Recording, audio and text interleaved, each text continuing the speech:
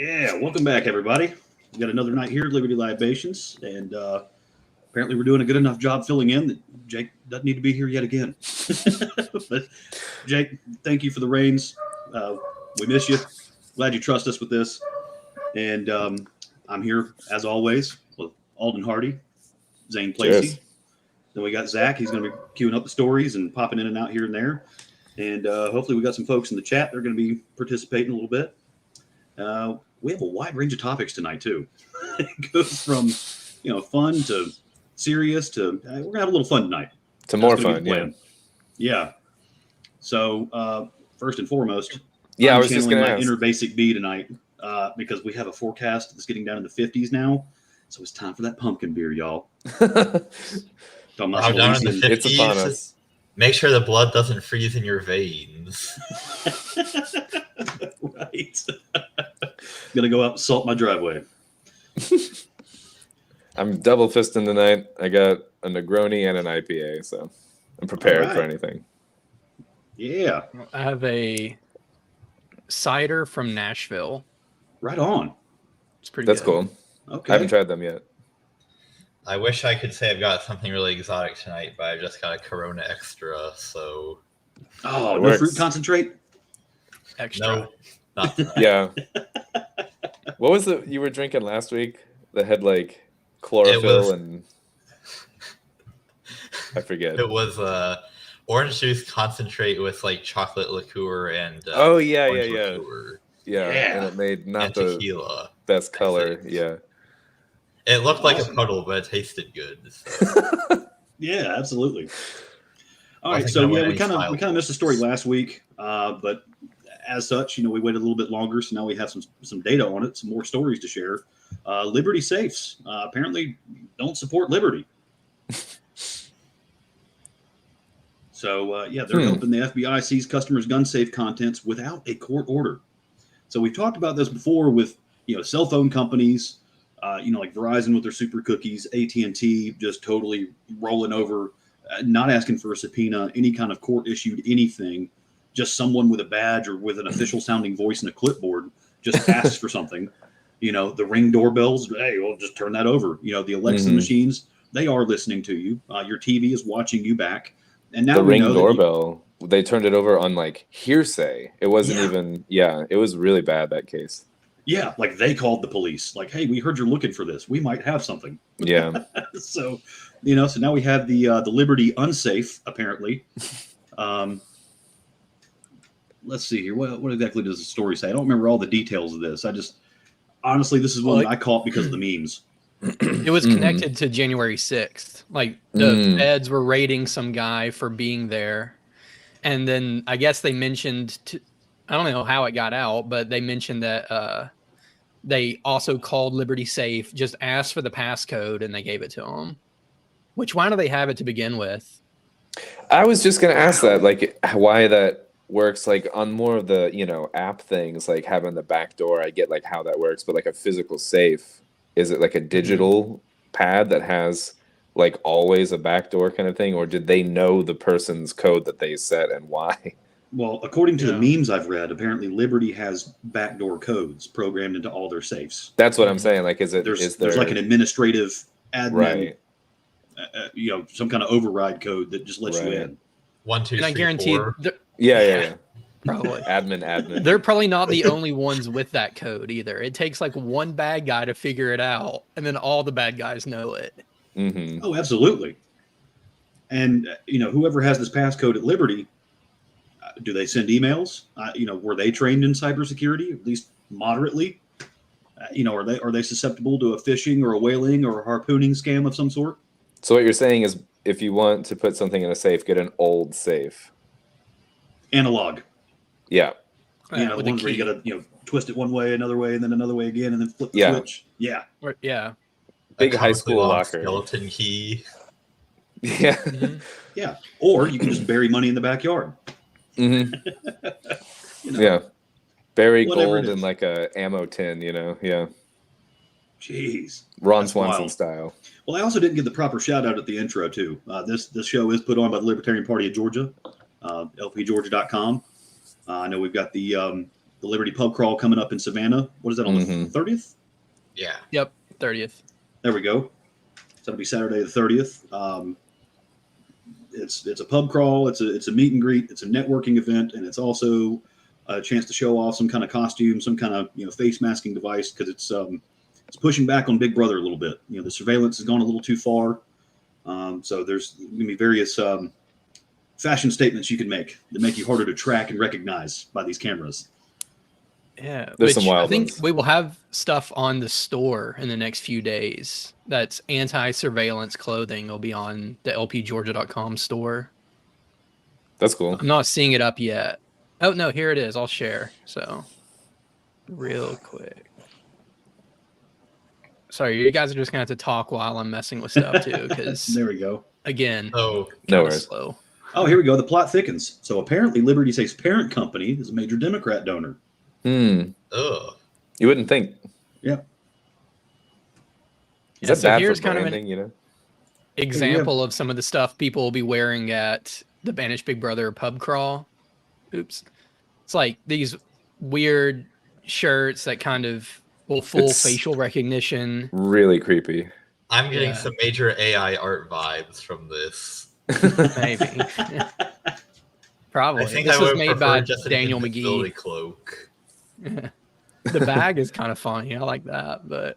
And there's others too. Maybe we'll have more on here soon, but there's ones with like license plates Mhm. and then just, weird patterns that confuse cameras and stuff. So, that'll definitely get some attention while we're on this pub crawl. So it's not just about fun, but it's about, activism. Absolutely. So I don't know. In the long run, are we training the AI to be smarter? Maybe. But at least for now, it's fun to trick it. We're going to I run always circles think of around it that. while we Here, can. I can say something. Oh, Nick. That stuff looks really sweet, and I'm gonna buy some. I think. So I'll buy All something. right. Support the party. Yeah. And, So aside from the Liberty, Nick, you're really quiet. Yeah, Nick, your levels are low.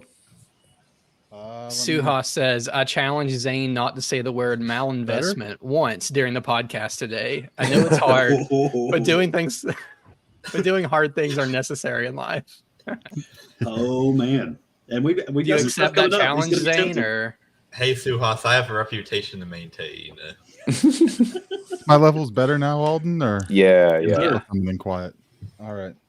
you're good? All right, y'all. Let's get into the. So screw Liberty Safes. Yeah, absolutely. I think all there is to that one is screw them. Don't buy a Liberty Safe. Dude, Maybe don't who buy would a have thought safe the of- safe called Liberty is is the one you can Yeah. trust, right? Absolute Exactly. oxymoron there, because they don't support liberty, and your stuff is not safe with them.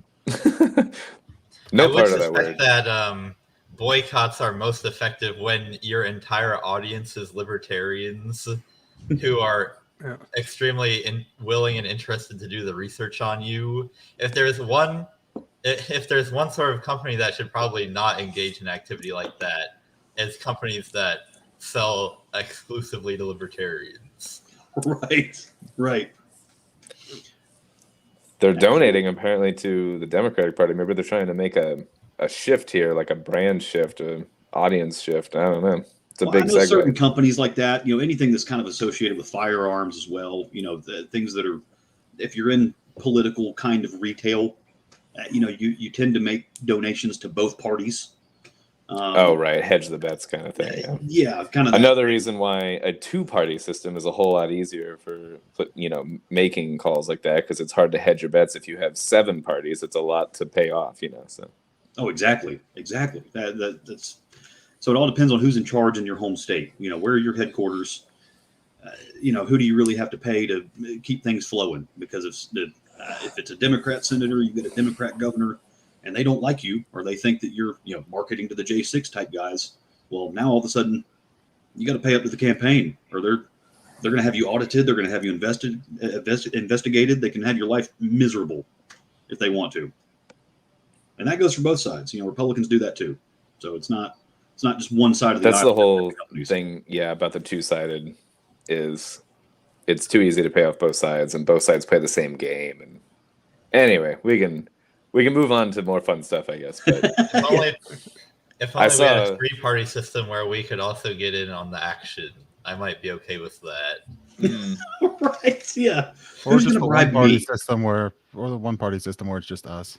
I don't really Or care about like the fairness choice. I just care about my correct ideas being the ones that I live by. How about a 6 billion party system where it's all of us individually?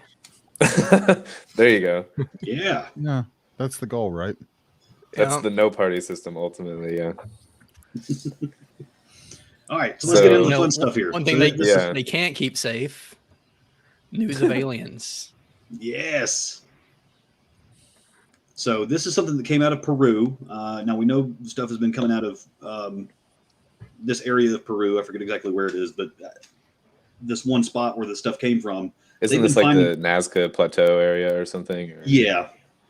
It's been a treasure trove of this Indiana kind of stuff Jones for a while. ran into all the crystal skull aliens and. Oh yeah. What a terrible movie, right? I didn't even watch the new one yet. I haven't watched the new one either. I heard it bombed. Nobody. Yes, it got beat out by Sound of Freedom. Massively. Oh, yeah. That's right. I like how the New York Times here has to add experts scoffed. Like Experts. Yeah, all those experts in mummified aliens, they're just not Right. buying it. Exactly how does one become an expert in mummified aliens? What kind of training do you have to undergo? And then how many mummified aliens are there that you're an expert in these? That's fair questions. So, but what makes this unique is that flesh is still attached. They were actually able to get DNA samples and determine that they don't know what the heck it is, but it's sort of human. Is this the one that was like 98% human DNA or something in that range, 97.5 or something? One of them that came out of that area was like in that like 98 range. What I've been hearing is they're saying that it's 70-something% unknown DNA. Oh, that's different. I did not fact check that at all, but I think the one that I knew of was like 97% like primate based like humanoid DNA and then 3% like unknown or something. So that's very different than whatever this is. Well, the fact that they're saying that it's DNA at all is a little bit suspicious anyway, because if we are saying that life has evolved on a planet other than Earth, then what's the likelihood that the base of that life would be DNA instead of some other kind of molecule? Well, So I mean, as far as the chemistry goes, like it's either carbon or I believe silicon also kind of could theoretically be in the same thing. But I mean, I would think that the carbon-based life form with DNA would something like DNA would be fairly common if there's other life out there in the universe. Well, Zane's point highlights a couple of like assumptions about this, and like one is assuming it's an alien not of Earth. You know, it truly is an assumption to say that it isn't from Earth. Right, it came through a portal. Yeah, it could be from another time or dimension or what. Who knows, man? But they got MH370 longer than us. We got their mummies. Yeah, who knows? But then, you know, it's either that you're assuming it's not from Earth, you know, or you're assuming that something not from Earth then has DNA like something from Earth or whatever. So interesting, just to And so if it has DNA, are we really tied together? You know, that would be the whole theory that we're all just made of stardust. Yeah, or is this like a hybrid? You know, the whole like hybrid theory that like we are like, you know, a mix between like primates and some other kind of like alien race anyway or whatever. It's just some of us have the rhesus factor and some of us don't. Yeah, that's what I was going to get into, is the negative rhesus factor. Yeah, which is super interesting that it developed later, honestly, in the, you know, human genetic timeline, but you removed a thing that's usually like unprecedented in terms of how DNA works. Is usually you keep adding like a line of code, you just keep adding down, and sometimes you add something that phenotypically will kind of make something look like it's been removed, but it's like the whale still has like in its flipper, it still has the little, you know, fingernail still in there somewhere, you know, that kind of thing.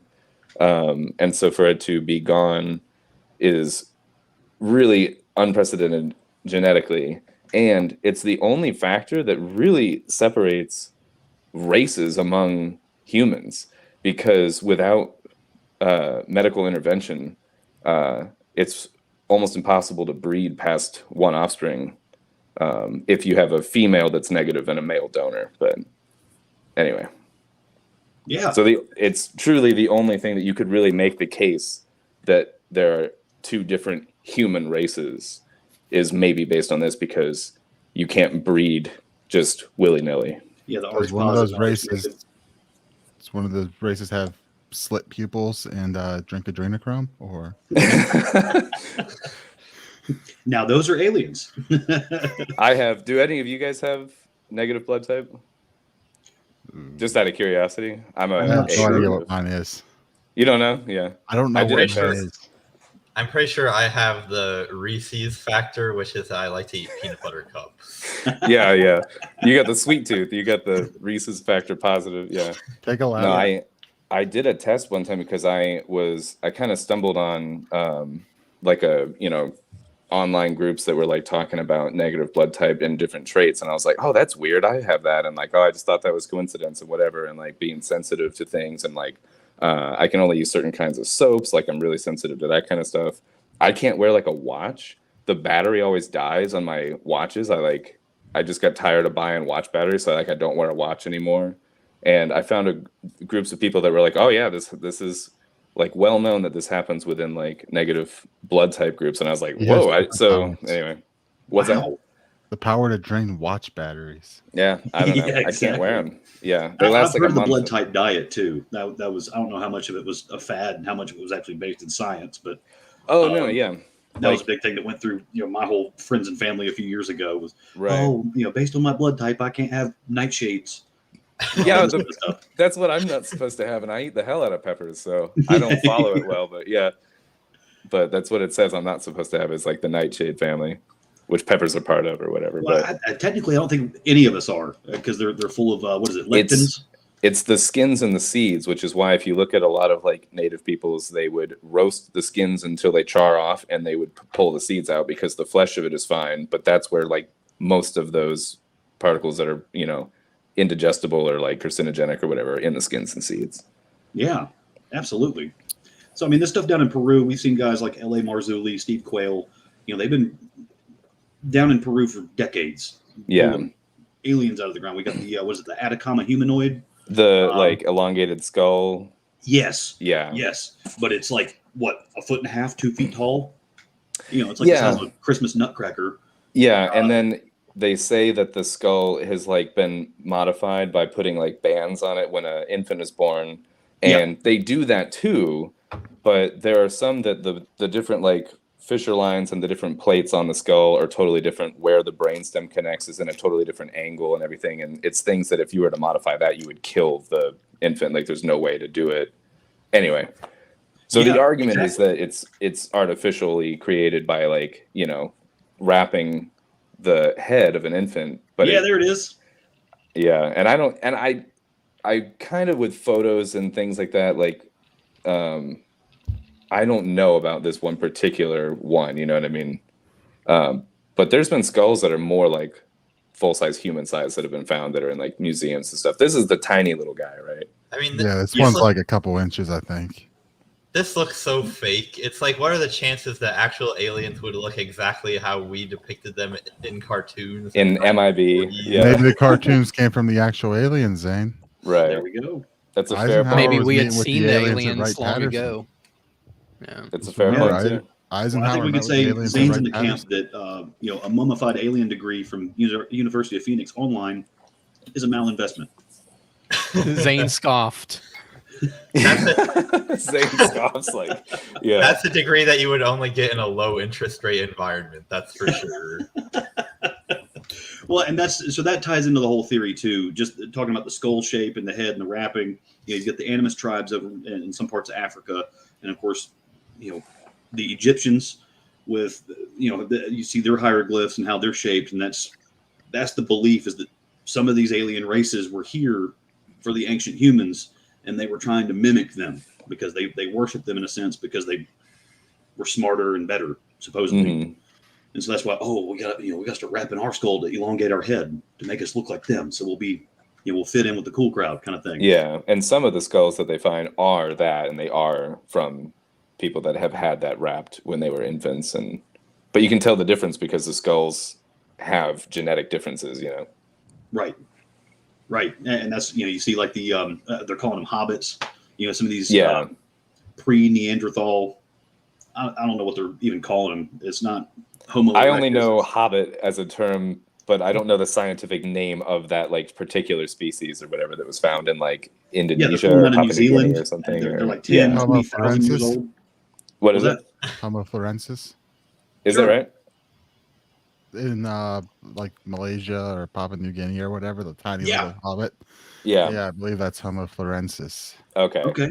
And even around New Zealand, I think they found some of them. And those, I mean, it looks like this thing was repeatedly hitting the head with a hammer. I mean, they're just short and stubby and flat. And it's really interesting if you get into that whole theory. I don't know. I want to believe, I really do. But just like what Zane said, that Atacama humanoid, like someone sewed some cockroaches together, oh, look at this. Someone melted a fig Newton around some chicken bones or something. I saw a meme today. It said, I wanted to believe until the government told me they were real. And that's about where I'm at on this. Right. Yeah, exactly. So I'm most skeptical like the UFOs. So like Tom DeLonge with Blink-182, he comes out, he's got his Academy of the Stars, and apparently he's a legit researcher in this stuff. He's actually respected by, guys that are in that community already. And half of them thinks he's a nut job. So, or but either way, and then you got what was the Tic Tac spaceship? What was his name? Jeremy Corbell or something like that? Corbell's the filmmaker. Yeah. Okay. Lou Elizondo, is that the guy you're talking about? Or I don't trust whoever got the Pentagon to admit that the Tic Tac spacecraft was unknown to them and they couldn't explain it. It was an unknown phenomenon.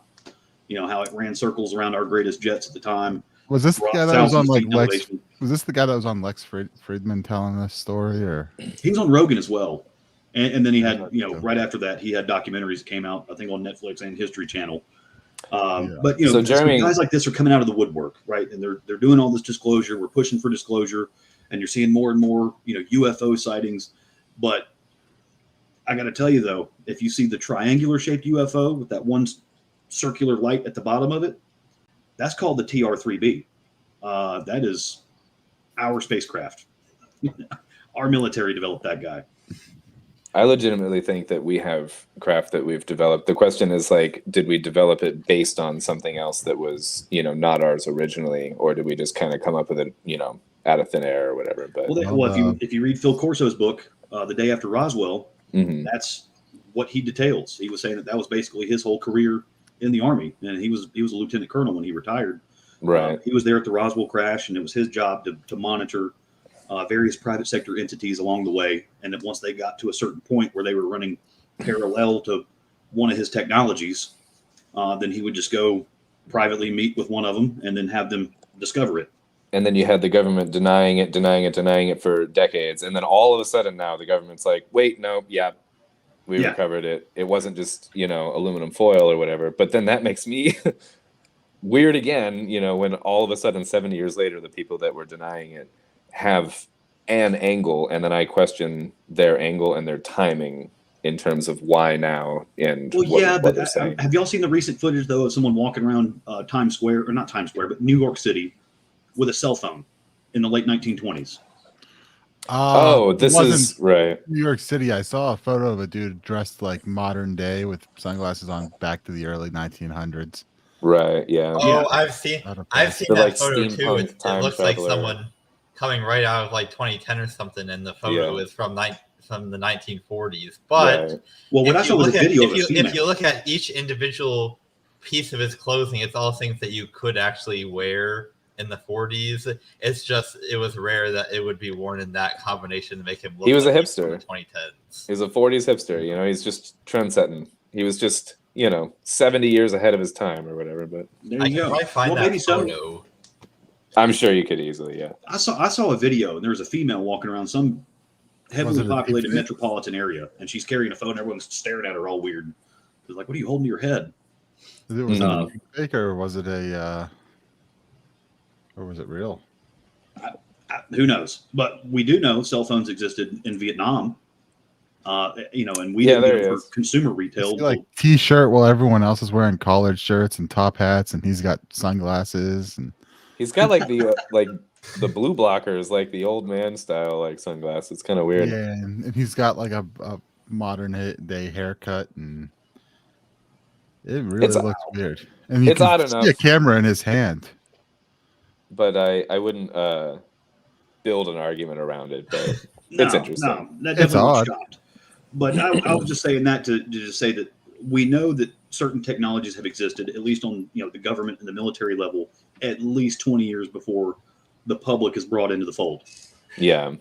They learn how to tax it, track it, and trace it before they give it to us.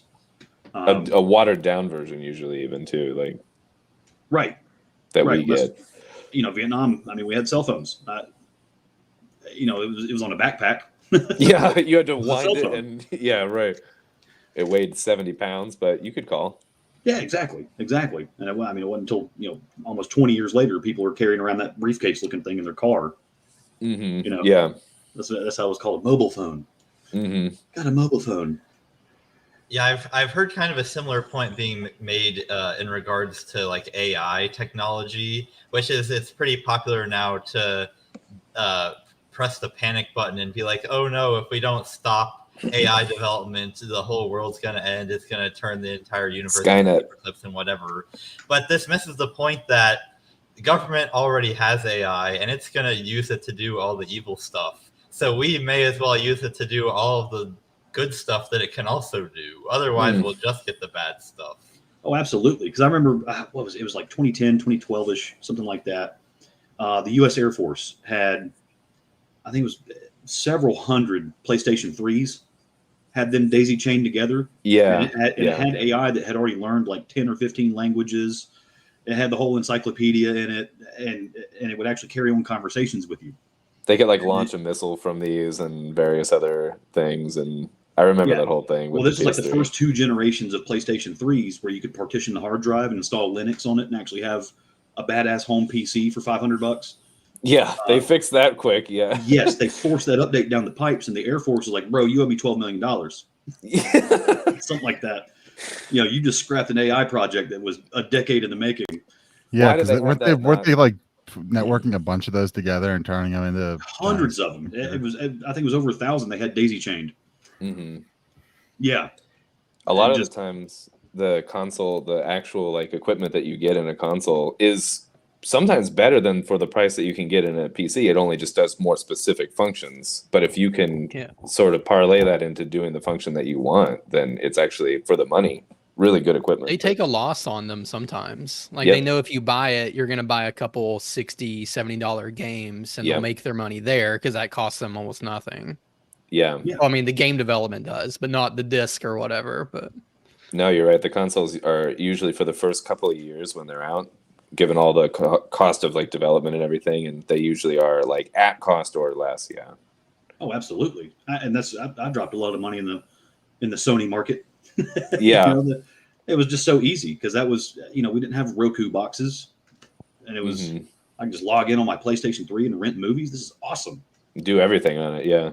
I had one Xbox. I had a 360 because I was like obsessed with Halo at the time, but it was such a piece of garbage. I had to do the whole towel method like every other week with the red ring of death and all that, and I said never again. But it was garbage. Oh yeah. So what else did they find about these remains down in Peru? Because I know there was still flesh attached, and I saw something about eggs in one story. Oh, the X-ray thing where they had like the 3 round things in it that they said maybe were eggs or whatever. Yeah, so they had like 3 long fingers. This is how they differed from us. So that they were saying that it had DNA, but it was so much different from normal human DNA. But it had 3 long fingers. Is this the one that was all like he was like sitting like wrapping his knees, like a different position one or whatever? Because that's the one that I think that I saw that was they were saying that was like 97% primate-like DNA was like that one. It wasn't even, I don't even think it was human, actually, that they said. And then 3% unknown was what it was. They didn't even have any idea what the other, like, 2.5% was. But I think that was that one that I saw. So that was like the more recent. Oh, it's still not even the one that I saw. We're Sorry. now on to the really good sources like express.co.uk. Oh yes. Yeah, if you want to talk about well sourced sources. Gaia.com. Oh yeah. So the eggs were that's still the in world's the premier little resource guys. for yoga and yoga materials. Gaia. Yes. I Wait. binge watched all the David Wilcock stuff on that back in the day. Scroll down to the next image there. Oh my, so many things popping up. Yeah, there's a lot. I think that's about it on here. Okay. It's just showing this body. Okay, so it and shows the that X-ray, and it's like, what is that? Around the pelvic area. Is that Yeah. eggs? Like, is that how it reproduces? Is that just some kind But of the- anomaly in the X-ray? But the next photo down is a different one, I thought. A different mummy. Yeah, see, this is the Yeah, I one think- that I saw. This is the guy that's like Okay. wrapping himself or whatever. That's a different one. Wow. Yeah. And he's bigger. When He's are like these from? Well, this is from 2017. Is Okay. it? This one is. So I opened it in a different tab. Sorry. And then yeah, 2017. So I think These some of kind of these things old been ones were floating straight out up there for a hoaxes. while. But I don't know yeah. what these stories have been floating around for a while though. So Mm. it's hard Well, it's to just know odd what's that the new real. mummies look just like this thing. Yeah. If this is a massive elaborate hoax, and then we got, hey, here's something identical. This is new, or is it? Yeah.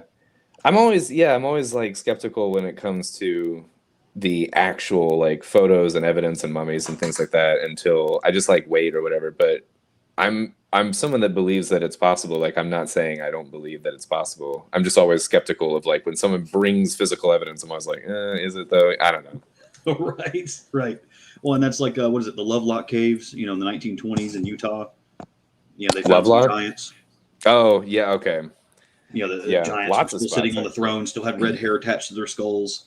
But the Smithsonian came in and And confiscated then everything. leaves and then says, oh well, when we got it back to DC or whatever and looked at it, we found that it was a hoax, but then never releases it and never lets anyone see it again and whatever, and does this hundreds of times over different sites. And then Right.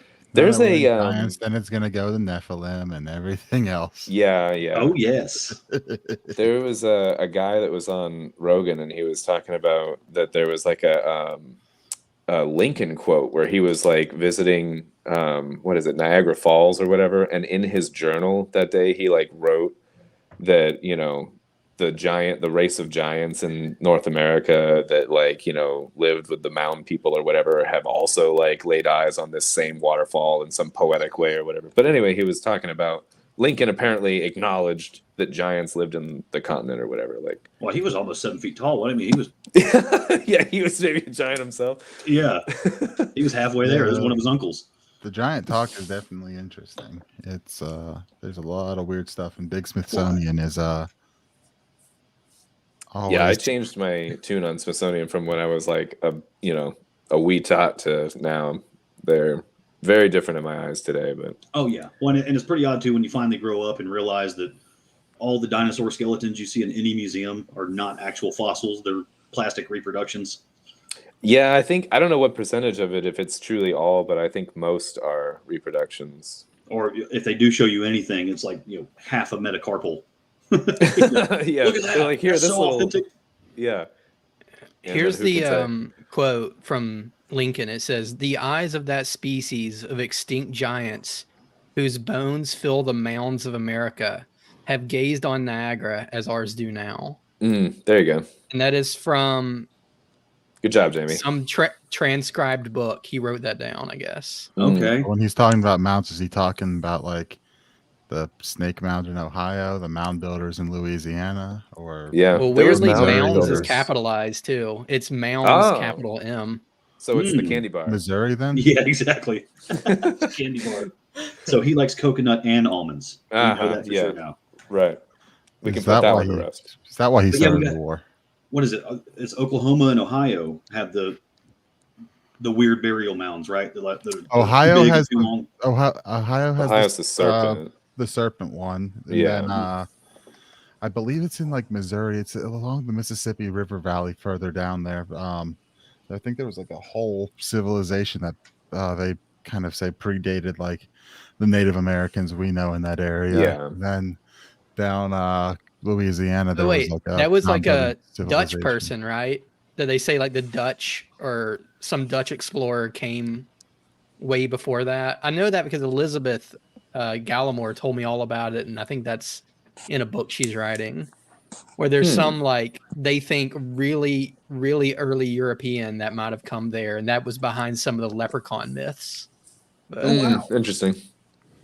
Yeah, I don't know about that angle of it, but I know there's mounds everywhere, and there's even in Florida there's kind of a similar thing where I think it's like the Timucuan or Timucuan or whatever, they would build mounds, but out of like seashells that they ate or whatever, and so they had their own mound system going there.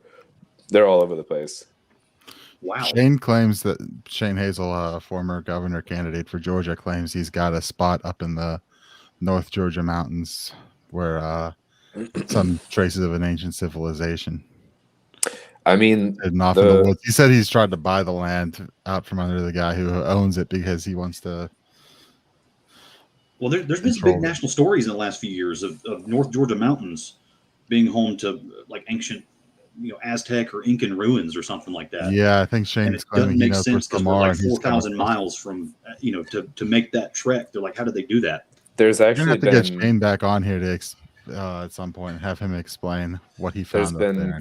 I think it's the Appalachians. One are the like oldest mountain range in the world, and two, that's why they're so like rounded and weathered because they've been around longer. So they're not just, jagged. And also if you trace the mountain range, it goes all the way up through Scotland. Like the Scottish Highlands are. Oh, interesting. Like connected the same curve rock. Up there. Yeah, wow. That's interesting. I saw that come up on a post and I looked at it and I'm like, yeah, if that was in that position, then it would have been in line with it. Well, hey, that would explain our earthquakes recently because we're apparently on a fault line. They also, I think in the Appalachians, they have found things that have been like Hebrew writing and menorah little drawings and things like that, like shouldn't be there basically. And then when people go back to the same sites and like go to bring with more funding and like do a full thing there, a lot of them are like all crossed out and like etched out, and there's been some weirdness about like the Appalachians actually, not just the Appalachians, but there's been like sort of like defamation of not like cave paintings but like paleo, what's the term for like a rock drawing? Lithograph or yeah. Anyway, there's lithographs and litho is rock, I think. Like yeah. There's like two versions, whether it was like etched in or painted on. Two different words, and I can't remember what's what, but either way, the ones that really stand out that like from a culture that shouldn't be there, if it looks like Hebrew or Egyptian hieroglyphs, then a lot of the times they're vandalized before they can get back with more funding for like a proper dig or whatever. Anyway, just a message. There's also like the Mammoth Cave system in Kentucky. Yeah, that just runs forever. Like half of Kentucky is just under this. Half this cave is under just. I think it's the longest in the world. The largest cave system in the world. Yeah, well, there's one Kentucky is hollow. Pretty big too. Say the Earth's hollow. Yeah, right. Yeah, no, just Kentucky. Kentucky's hollow. Hollow Kentucky theory. Yeah, the state or the people. That's how you get to Agartha, right? There's a Kentucky-shaped hole in the earth that just goes all the way down into the middle. Yeah. Might be onto something, Zane. Yeah, there you go. Make fun of Kentucky if it gave us Thomas Massey. And Rand Paul. Yeah, I know there's a big cave in Vietnam. Ron Paul gave us Rand Paul. Yeah. Say what, Steven? I said, I know there's a big cave in Vietnam too. That's a couple miles down and several miles across. And there's a is that the one that all the kids got trapped in a couple of years ago? I think so. There's that was seriously Thailand or Malaysia. That wasn't Vietnam. And yeah, you're hilarious right. Because that was when Elon Musk just called that one dude a pedo and got sued for defamation. I don't remember that. Just out of nowhere, he's like, "Yeah, that guy's a pedo." I don't remember that, but you don't remember that happening? Oh, no, hilarious. The dude's like, "I'm gonna sue you for that. You can't." Yeah, this is the cave in Vietnam, this Song Dune. And then it says it has underground rivers in the cave. There's rivers. So I think it was China. I was watching this guy. Sorry. No. Go ahead. I was watching this documentary recently, and there was a guy that he was going in this really narrow crevice, and there was areas where he was having to go, several hundred meters, and then make a descent, and he's having to stop and take breaks here and there, and like try to center himself and not freak out because he's also holding the camera. If Jake were here, he would ding you as being a Fed for using meters. I felt gross saying it. Yeah. I mean, it took place where they use meters. I'll let it slide. Yeah. But Ron Swanson disapproves, though. So that's what's not up for debate, though. Is there's definitely a whole lot of our planet that has not been explored yet. There's history we haven't uncovered yet. Isn't it like 2% of the oceans or less have been explored? Right. And I mean, I'm not going to go full Graham Hancock on you. I don't know. We might. But there's time. There's definitely evidence of cataclysmic events, extinction level cataclysmic events, wiping out entire civilizations that we don't unearth until hundreds or thousands of years later. And it's we don't understand the Bronze Age collapse, the Younger Dryas. The only thing I don't even want to say disagree necessarily, because I don't even know if I know, but I would point to a different event, a different origin of the event, but I agree with a lot of like Graham Hancock's findings and work. But the guy that Graham Hancock cites a lot is Robert Schoch in Egypt with the whole like water weathering of the Sphinx and the age and different things like that. And so kind of more the original material here, the guy that like originally brought to light that the age of the Sphinx is not what we say it is, he has more of the opinion that it was a solar event, a geomagnetic excursion event, and like a plasma event based on solar cycles and things like that. And Graham Hancock really thinks that it is a comet or meteor or whatever. And I tend to lean more toward the solar cycle event, which again, Robert Schoch believes himself, and he's like sort of the OG on the subject. Well, I could buy the erosion thing as well, but it would also, that would require the Sphinx to predate the pyramids by several hundreds or even thousands of years. Predate the pyramids. It just predates what they say that the Sphinx was built. Like it might it's be a flawed method. It's an inherently flawed method of how we date things. Sure. And then you got guys like Stan Deyo, and he's saying that there might have been a prehistoric cataclysmic event that changed the way carbon ages. I haven't heard that. Stan Deyo. He thinks the days were actually shorter. Back when the dinosaurs were roaming the earth. So, no, I think that's possible. Yeah, that like if you have various things, whether it's like a something strike the surface of the earth or like earthquakes and things like that, we know that these things alter the speed at which it'll rotate or revolve depending on where it's struck. Didn't that happen recently? Like we lost the Indonesian or something. It was like a fraction of a second or whatever. Yeah, Indonesia. Yeah. Well, I know, South Georgia, part of the citrus crop in South Georgia was tried to bloom early because it was supposed to be winter, and it got warm for like 3-4 days, and it was just enough to get the flowers to come out, and it did billions of dollars of damage to Georgia's agriculture. Frost again, right, and then kill all the buds, and that happens to my garden every single year. Exactly. So that's what Stan Deyo was saying, is that the Earth used to rotate faster, maybe, and that would explain a lot of things too. It would explain a lot of things in terms of like ancient calendars and things like that. And actually, it's funny. I happen to know it's like a this day in trivia thing that I was prepared for. Is that this is the day that the Gregorian calendar was adopted in Great Britain. Oh wow! And so like. But I know a little bit about this because I've looked into like Mayan calendar and stuff like that, and just weirdness but when the Gregorian calendar was adopted, they set everything forward by like, I think it was like 13 days or 11 days or something like that. And this will be like my fun fact, like my 9/11 fun fact, just baked into this comment.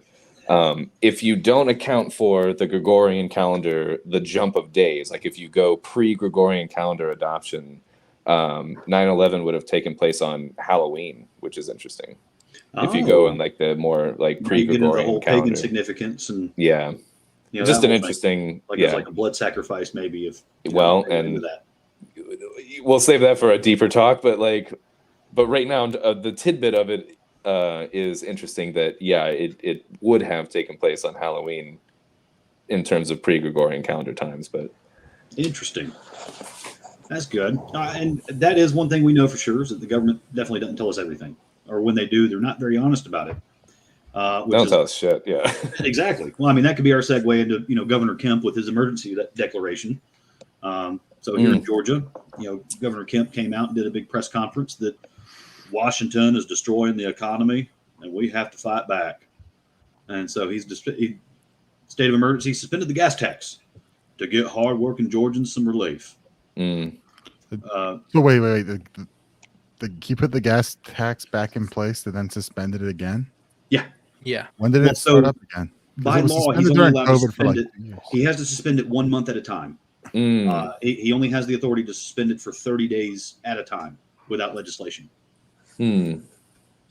And so, during the COVID era, he suspended it for a few months while they could get some legislation rammed through that actually suspended it for a whole year or whatever. I think I finally have something Zane can educate us on. I know aliens and Hollow Earth isn't your thing, so maybe you can answer this question for me. So I remember the Without first using time. the word malinvestment. Yeah, you can't say that. But I remember when Kemp suspended the gas tax, like during the COVID nonsense, and there was also a shortage of gas, and like I had to go to like 9 gas stations at one point to get gas because people were freaking out. I don't remember. I think that might have been related to pipeline, actually, not COVID. That was pipeline. So, but I remember seeing, the pipeline hack. I remember seeing some libertarians even say, well, this is a stupid thing to do economically because there's a shortage. You don't want to raise or you don't want to reduce the price. That's going to make the shortage worse. So can you speak to that at all? Because that never sat right with me. Yeah, so the first and foremost, it's always a good idea to reduce or eliminate taxes. So if anybody's telling you that it's a good idea to keep taxes, then they're wrong. The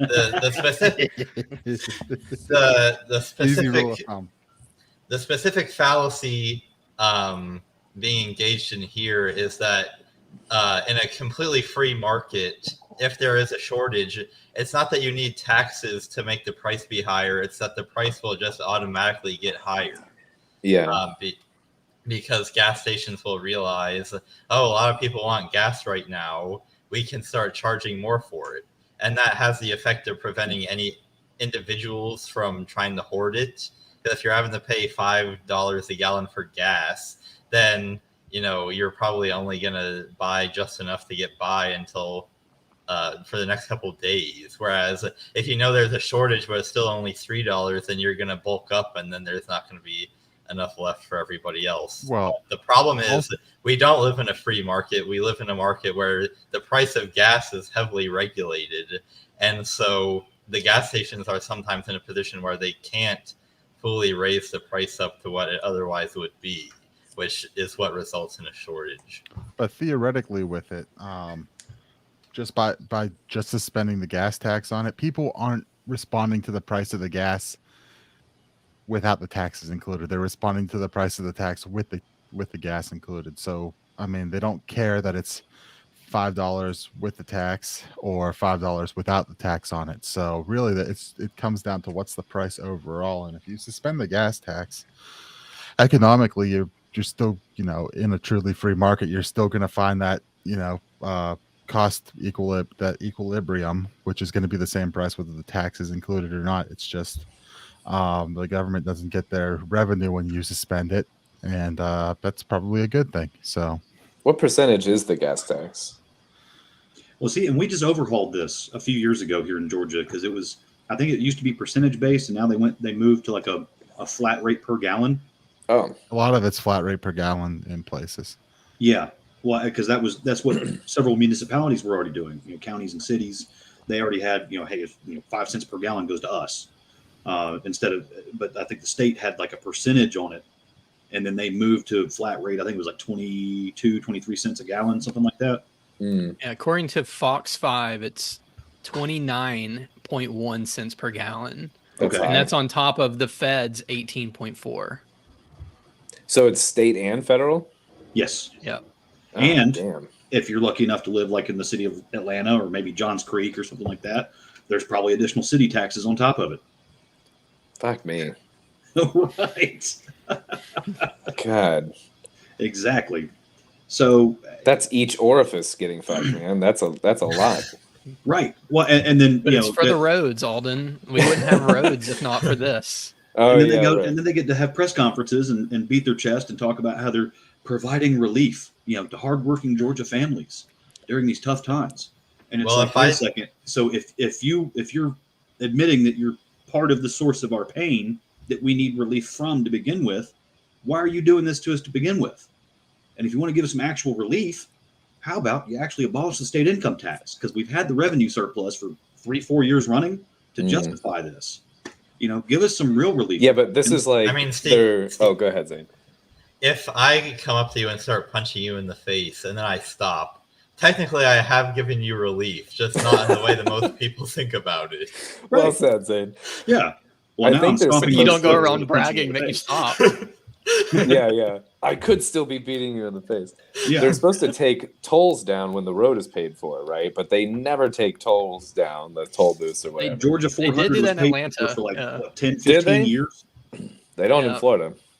It blew my When I mind lived when that there. happened. Oh, they're talking about putting it back. Oh, Mm. see, Of course they are. Yeah, Right. they want it I'm to sure it'll be Georgia high-tech 400 this has time, already been too. paid for 3 times over. Right, Because that was a lot of people were like, "Why are we still doing this? We've already paid for this." right. In PA here, we're still paying for a flood in Johnstown that happened almost 100 years ago. There's on the alcohol. It's called the Johnstown flood tax. And it's Yeah. just- Wow. Well, yeah. You according get taxed for to a flood. They just decided to make that one permanent. They just said, you know what? We're just not Oh, going to they get made rid it of this permanent? one. they don't they- have to they've keep in law signing made it it- in anymore. No, they're like at one point they're like, yeah, let's just keep it. Wow. What- hey, They what might about as the well just town call in it the, the reasons tax. Like the tax because whatever. Because Screw you, reasons. that's why. yeah. Yeah. Because I say so tax. What about the coal mining town that has a subterranean fire in Pennsylvania? I'm surprised they Centralia? didn't get taxed for Yeah. that. Well, I mean, they basically just kicked everyone out and just let it burn.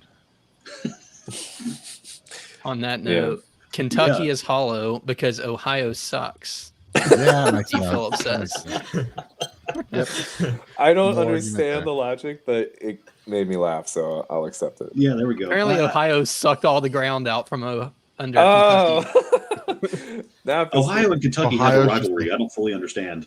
It's Ohio and Michigan, really, but also like us here in Western PA hate Ohio as well. I've And, like, been to people from Ohio. Indiana hate Ohio. Like everyone kind of hates Ohio. Yeah, it's I know from a survey aspect, the land records totally suck in Ohio. That's Which because there's is- no land; it doesn't exist. which is silly because it's so flat everywhere. You would think it'd be easy. Well, it was the birth of our public land system, which, by the way, thank you, Thomas Jefferson. Mhm. But it was the birthplace of that. We went through 3 different iterations of how the public land system should be divvied up and how the land should be split. And there's an area of Ohio called between the Miamis. So you got the upper Miami River and the lower Miami River. And all the standard surveying rules in that area are backwards.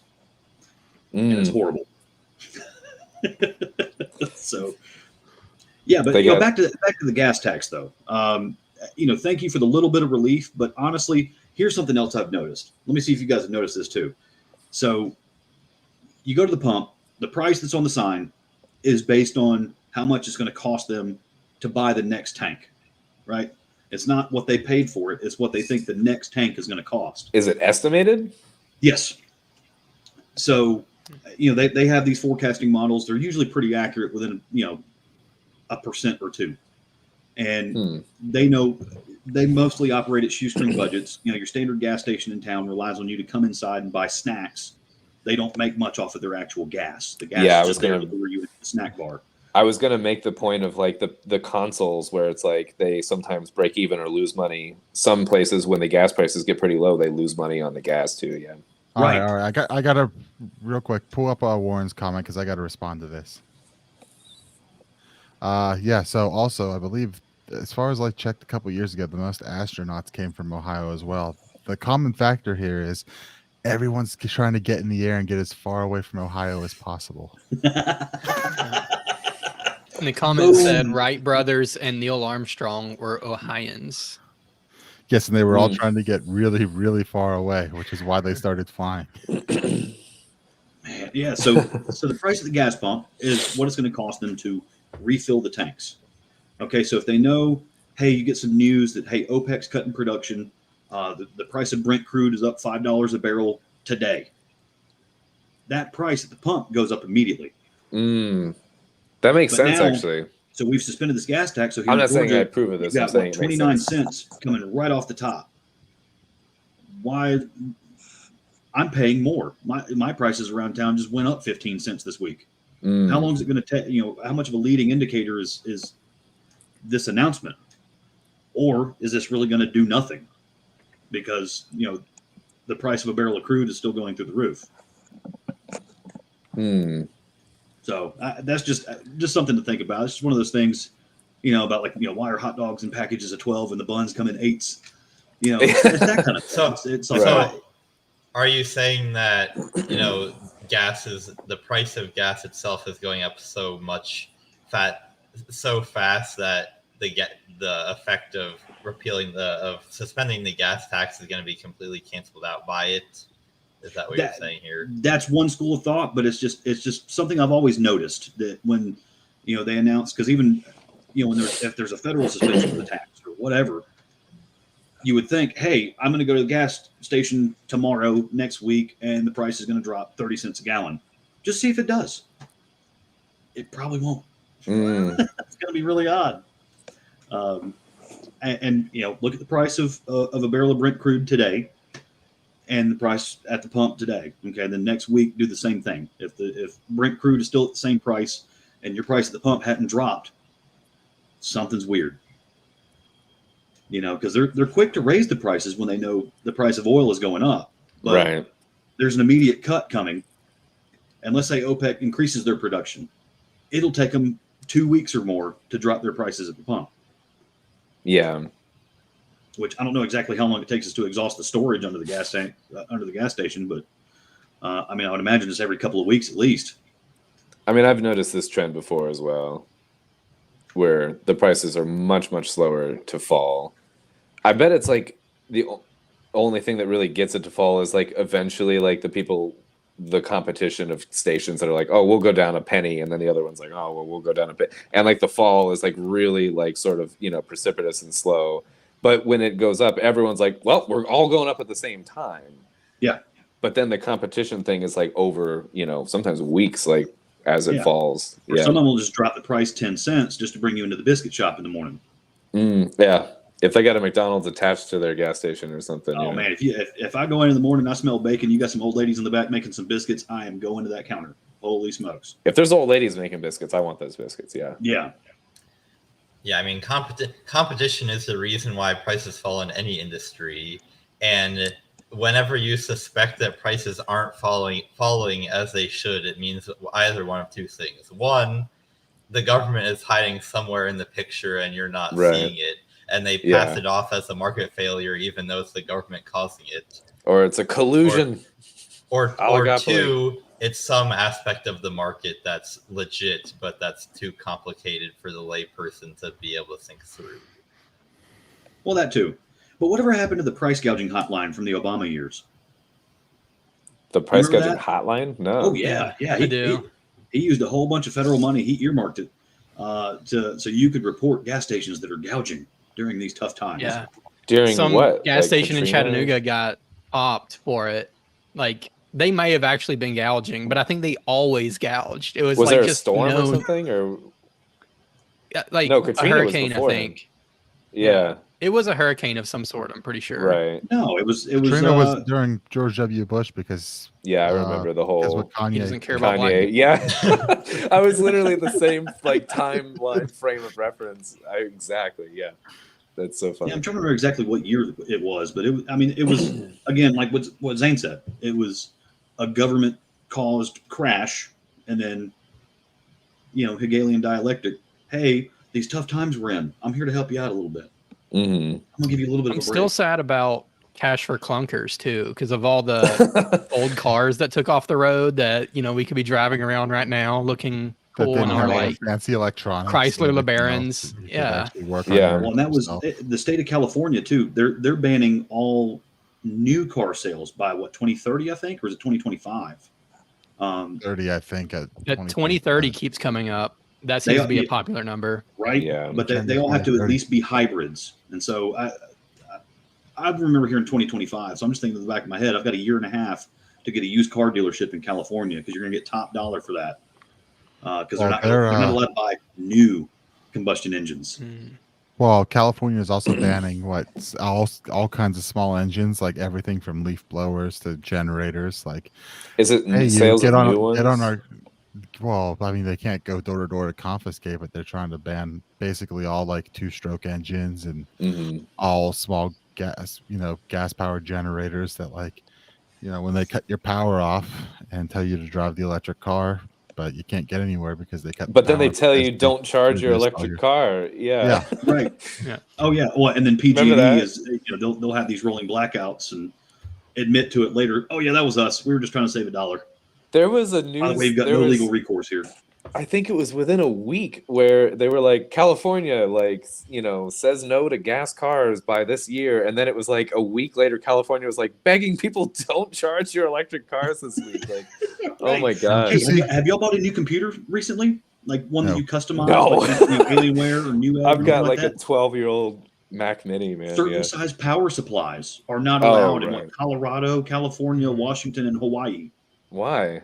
They'll ask you what state you live in before you can actually buy this, certain video cards because they 'cause require it's- too much power. Right. Well, it just sounds like okay. a black market opportunity for someone in a free state to just ship it, to forward ship it to Right. someone, not No, free exactly.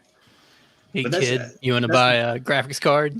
state. Easy way to make $20. Yeah, there you go. 12 gigs, man. Mhm. So That's funny. it's just funny to me and that's how the Republicrats are pushing this stuff too, or at least being so proud of it. Of like, oh, Governor Kemp he's such a Republicrats.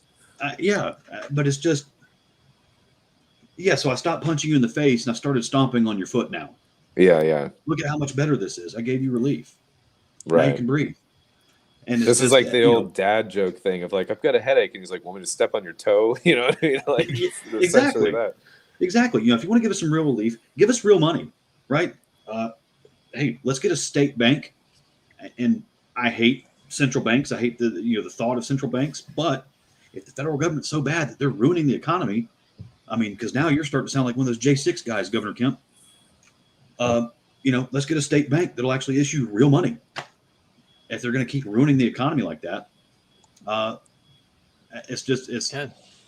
Well, I hate stay banks. tuned for more from the LP Georgia with legal tender in Georgia. That's going to be pushed very soon. Peaches Gold coin. being legal tender. Yeah. Absolutely. Let's get rid of the income tax. Give us some real money. There's many things you could do to give us relief, other than maybe saving us 29 cents at the pump. But how long is that going to? Well, When is it going to take effect?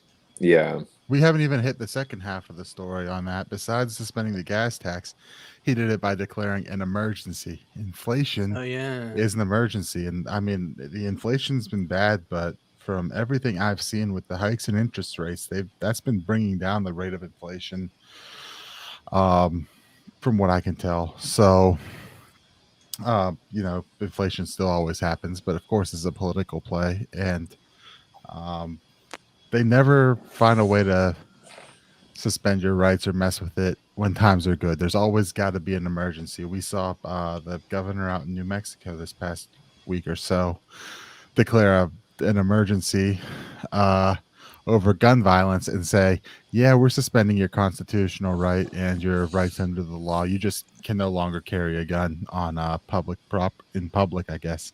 Gun That was violence. the part that was interesting. Yeah, gun violence. So Climate change. even though you've got a law here that says, even though we have a law that says this is how you do it and you have a right to do this, Mhm. I'm just going to suspend it. And then that story got interesting because I don't know if you guys saw that, but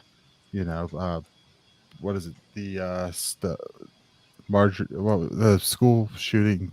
David Hogg, the guy from Florida that's annoying about gun violence. Marjorie Stoneman Douglas. Yes, that's what I think. It was Marjorie Stone something. Taylor Green. Taylor Green. Yes, That's all I thought. I kept going there too. I kept getting. That's all my confused stupid with that brain one. wanted to say. Yeah.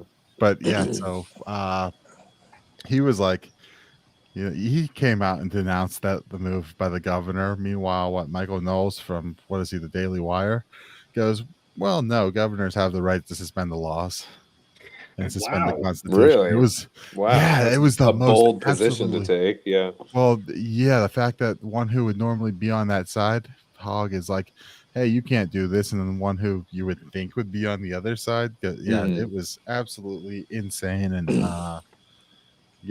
what is but what is the actual position? Like, who can suspend our rights, Nick? Nobody can suspend rights. Oh, they find a way to. They're natural. Yeah, I mean, you can apparently if you buy Liberty safes. There's many things you can do to suspend your own rights. You can suspend your own rights as much as you want, but no one else can suspend your rights. That's right. That's right. Well, at least your natural rights, your inherent rights, your inalienable rights. And that's where the New Mexico governor, sorry. As opposed to the old that's Mexican. what she had to learn, where it's like, hey, you have no authority here. And that's why they had the like Texas had that open carry march on the Alamo, because it was part of a UNESCO treaty that once it was declared a World Heritage Site, you can't open carry there. And they were like, watch this. You kidding me? The correlation between emergencies and stripping away of freedoms and privileges and rights, I think even goes to the other level of basically fabricating, making a panic, creating an emergency situation so that you then can take away rights. Well, again, right, because no one gives up their rights under normal times or whatever. Like, yeah. Well, why would I do that, right? Yeah. So 9/11, you had the Patriot Act, Act, and then now you get groped going through TSA 20 years later, and so you that was take our fucking shoes off. Yeah. Or you pay them, or you pay the $80 for them to fuck off. Like you can do that. Pre-check. You pay them the $80 for 5 years, and then you get the special line, so you don't have to wait with all the normies who don't know what they're doing, and you don't have to pull your computer and your toiletries and take your belt off and your jacket off and your shoes off. So you just basically throw your thing up on the thing. You don't have to go through the naked picture scanners. You just walk through the metal detector. I always get through security in like 5 minutes. Like, so that's why I pay the $80 and I don't deal with it, because I'd rather just because you just keep walking. You skip the line, shorter line. Everyone knows what they're doing. You're not pulling stuff out, fumbling around, and you just right through the scanners. Zane, what are you trying to say? I got so mad earlier this week. I was in the airport and I saw a sign advertising buying the TSA pre-check, and it was like, isn't getting dressed for the day once enough? I'm like, what the hell? You're the one making me do it. If you really believe that, you would make everybody not have to do it. This is the same thing of like, hey, I stopped punching you. Yeah. We'll stop punching you for $80. Yeah. Yeah. The government's created a hardship, so we're also going to help you out a little bit. Yeah. Like, have you guys, I know Reason is generally like not great with stuff, but you guys ever watch the Remy music videos? Those are really great, especially his TSA ones. Those are hilarious. You talking Remy Gallard? Just Remy, I think, right? Oh, okay. He goes by anything else. I'll drop. There's a comedian I used to watch, Remy Gallard. He's a French guy. He would dress up as a kangaroo and go around the grocery store kicking people. We should probably. What? Oh yeah. I feel like everything we're saying. Yeah. Everything we're saying is summed up by this old Harry Brown quote, where the government is good at one thing. It knows how to break your legs and then hand you a crutch and say, see, if it weren't for the government, you wouldn't be able to walk. Yeah. That's exactly right. What it is. So yeah, that's an interesting picture you're painting, though, Nick, with the state of emergency. So we have Democrat governors, on one hand, that are declaring emergencies of their type, based on their platform, their ideology of, well, now you can't have guns, now you can't go out in public, now you can't have this certain kind of business, or hey, now you don't have free speech on this part of college campuses. You have to go to your free speech zone over there to protest. You have governors doing that kind of stuff, and then you got the Republican version of that is, well, I'm going to suspend due process and cut you a little break, and this is just that's all how it starts, because you look at This it. is and it's like You're moving the goal. It's moving the goalpost on what an emergency is. Like, Yes. an emergency in your mind, it's like, natural disaster, fire, something like where a lot of people are affected by an event that seemingly occurs at random out of nowhere really quick. And inflation is not a random event that occurs out of nowhere really quick. Like, and it was we also know caused it's by the causing- government. by the Federal Reserve government. All It's- right, it's okay, the same but- thing. There's technical differences, but it's not that important. we'll just call it There's- municipal malinvestment. Okay, yeah. I mean, Yeah. lest we get too upset about this, I mean, we have to remember that it is the reduction of a tax. And I'm generally of the opinion that no matter what method you use to reduce taxes, that's a good thing. And you might justifiably argue that this sets a bad precedent, that if you declare a state of emergency over this, even though you're just going to reduce taxes, then somebody else could come along later and declare another emergency over something equally dumb and then do something really bad. But I would generally say that the people who are interested in declaring states of emergency to do really bad stuff already know how to do that and are going to do it anyway. So you may as well use the power of the state that you have to reduce taxes. The same an point alternate you made with timeline AI, right like, now. Yeah. In an alternate timeline, Governor Shane Hazel just declared a state of emergency and suspended government. There we go. Yeah. based. Send everybody home. So, can you hold the ring of power and use it for good? Mhm, Sure. Right. But eventually your soul's going to get tarnished. Look, I'm not encouraging people to grab hold of the ring of power, but in this case, Kemp already finds himself with it, and I'm not going to complain too much about this particular use of it. Hey, it's a great start, and that's all I'm saying. Look, if you want to get some relief, we've got a whole laundry list of things you can do to provide us some relief from government-imposed hardships in our life right now. I worry So- a little bit about like this, like it's creating like a feud, like a back and forth over like two sides, like kind of saying, expounding on like, the word emergency and like really like creating new definitions for what an emergency is in this back and forth, because then one of these times it's going to be like, oh, it's an emergency because of some intangible thing that's like the climate change or whatever. And it's getting a little like free and loose with the word emergency, state of emergency in general. So this could even just be not even directly today, right now, problematic as much as the concept of loosening up our term emergency, state of emergency, so that later it becomes, Yeah, I don't know, psychologically, more what's this doing to younger generations psychologically? Because now they're being inculcated with emergency declarations. You got some folks that say they just went into high school in say 2018 or 2018 they went into like 8th grade and you finally start paying attention. Well, now the entire second half of your adolescence and your transition into adulthood now, every 6 months somebody's on TV talking about emergency this, emergency that. You can't do this anymore. You got to give me that because of this. And it's just, eventually they're just going to capitulate because that's all they've ever seen.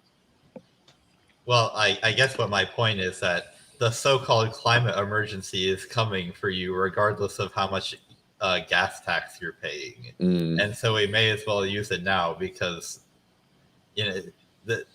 there's already enough emergencies coming from the progressives to inculcate everybody into the cult of perpetual emergency. But I guess as a little bit of a white pill, though, Steve, I wasn't around for this myself, but I do know that for lots of the 1950s, 60s, and 70s, people were spending lots of their time being worried about impending nuclear Armageddon, and everybody. And how did you defend against right. that? You crouched under a wooden desk. Are you serious? No, so I guess what I'm saying here is that people are possibly more robust against perpetual emergency than you're giving them credit for, because the call of perpetual emergency I don't think is a new thing. Well, how many people of that generation? Because by the way, they're also walking around with dents in their arms from a certain shot they had to have. How many of those people just answered the nice man in the white lab coat just because he said something? You know, so it's about being inculcated with obedience. It's reflexive to them. It becomes instinctive. Talking about that whole generation too. I mean, those are the people that just because someone in authority, you know, that's how you have all these news articles too. Just because someone in authority said something, they take it as true, or like, oh, well, that's something I need to take to heart. And so that's how you have, even still today, these news articles starting with officials say, or, you know, according to authorities. Sources close to the matter. Right, right. Because that still hits home with an entire generation of people that, by the way, still control most of the nation's money in real estate. Everyone's Walter Cronkite, and that's just the facts, or whatever his tagline was. Yeah. Even though he was just Now, as granted, biased. back then, you know, these officials were actually trustworthy and, for the most part, looking out for you. Yeah. You know, Yeah. 4 out of 5, at least in our part of the country. 4 out of 5 doctors smoke Lucky Strike. You know. Yeah. And this is, again, just another illustration of the superiority of the free market over government, where if you're able to freely select your experts, then it works a lot better and you can trust them a lot more. Because, like, when I go for an oil change, you know, experts say I need to get my oil changed, but you know, I'm willing to trust those experts because they know way more about cars than I ever will. But it becomes when they're experts that you're pressured into listening to, or that you have to listen to, that they become very untrustworthy. Well, I think the difference is, if I were to nitpick a difference, is the experts who tell you when to change your oil are the people who designed it for that reason. Right? They designed it around, oh, well, we're going to use this kind of oil and we're going to spec it to this, and this oil says this, and we're going to design to what the oil says, versus the people who make up mathematical models and say, oh, our models predict that all the ice in the world will be melted 20 years ago. Good night, Steve. Right. So, Yeah. Good see you, night, Steve. Catch you next week. Hey, So- I don't know. It's just like my engineering mind, where I'm like, yeah, I design stuff based off of what, you know, I find a thing and I'm like, I base it off of this, you know. You have variables you take into account and you design around, so you're not like doing everything from scratch. I don't know. Engineer mind, right? Oh, yeah. Absolutely. So, you know, while we're talking on the topic about, you know, government totally not looking out for you, if you just need a prime example of this in recent times, you know, we got this guy in Glenn County that apparently stole about $290,000 from the county funds. And I don't know, you know, exactly. Glenn County's kind of small, I do recall. I know there's a big naval base around there,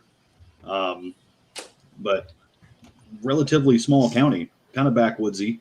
I don't know how big their budget is, but, you know, how did this guy get away with $290,000 before he got caught? That's what I'm wondering. That's a lot. It's And, a small county, but it looks like Jekyll Island's in that county. So, I mean, there's money in that county. yeah, It's there you Fed go. County. It's one of our big tourist attractions here in Georgia. That's, you know, everybody's getting their engagement photos taken on that piece of Like, driftwood. isn't the Jekyll Island birthplace and, of the St. Simon's. Yeah. Like, so there's money sitting there. Employees go. stole hundreds of thousands. And the guy's name is William Richards, which we have our own William Richards in the party, and he would never do this. But we by the like way. him. So, Yeah, we like Yeah. him. He's a good guy. He does good work. Yeah. Yeah. So we're going to call this guy Bill Dix. Yeah. Bill Dix, yeah. Yeah. Not to be confused with Bill Hicks. No, 'cause the only thing Bill funny Hicks this guy was does is Fantastic. Not to be yeah. confused with Alex Jones. yeah, there we go. 5 degrees of separation from Alex Jones, right? He's the new Kevin Bacon. Bill Hicks was the shit, though. I like the Bill Hicks shout out. Oh yeah. Have you seen his stand-up on the JFK assassination? It's great. You should Yes. go Yeah, I watch it. have. Yeah. Yeah. It's so good. I mean, everything he did was good, but So that's just proof, though, that your personal life isn't really so personal, especially when you're in politics. And is this a segue? yes, it is. I feel a segue coming on. Yeah. So that's how we have somebody running for House of Commons up in Virginia, and what's her name? Susanna Gibson, I think it is. She's calling her opponent out for a sex crime because this lady used to do things with her husband on camera for money. Oh yeah. Well, you don't do it not for money. Well, yeah. Well, she did it as recently as 2 months ago. Is it that recent? Wow. Yes, like it was from this July was her last post, I think, is what the story was saying. And so now she's trying to call out her opponent for a sex crime, and it's just like, hey, look, if you put those images and those videos out there for money, don't expect that to be private. But it's now she's coming out, oh, my rights were violated. This is a violation of my privacy. It almost feels like she did it as like baiting the circumstance, because they didn't try to cover their faces at all or anything. And if you're gonna, be in office or run for office, I find that strange to think that those worlds won't collide later. Right. Well, and she's also a nurse practitioner, so I guess she just honestly thought that her opponent was not going to do any oppo research. I don't know. In this day and age, Exactly. no, I don't know. Feels fishy. It would be kind of awkward to have to be the one to admit that you found this piece of research. Yeah, I found it. How'd you find it? I just typed in her name, Background check. It's Typed it into what? pretty common. Yeah. Yeah, right. The classic Pornhub background check search, I mean, Pornhub was hosting gun videos for a while and some other stuff, I believe. There you go. Oh yeah. Yeah, it's They were worth trying to checking. be Well, the apparently free they speech also host video. videos of underage kids, so Oh, God. not a fan. They do? Oh, that's not good. Yeah, it's definitely not good. Man. So just be careful. Friendly neighborhood reminder here. Anything you put on the internet, don't expect it to stay private. I had my reservations This about this even show's not doing private? this. Yeah, exactly. Yeah, no, I mean this show's private. So if you share anything about this show, this is This a show's violation of my fine. rights. All We but just get that. together every Thursday night and talk to each other and act like we're doing this show for the public, but really, That's right. it's just I legitimately had my pause about doing this just because I'm such a private person normally that there's not much of me out in the world, but there's some blurry photographs. I'm like Bigfoot out there. Like I barely. Are you one of those that anything. scrubs yourself from Google every now and then? I've got friends that do that. I do the Ron Swanson situation, like delete all photos of Ron. Like, yeah. Yeah. But I mean, with the sexual data, you've got automakers, folks, like Nissan, Kia. They're telling people that they can collect sexual information, your sexual activity information. Only and if they're you have trying sex to in the sell that car. to third-party advertisers and stuff. And also makes me wonder how many people are doing it in their cars.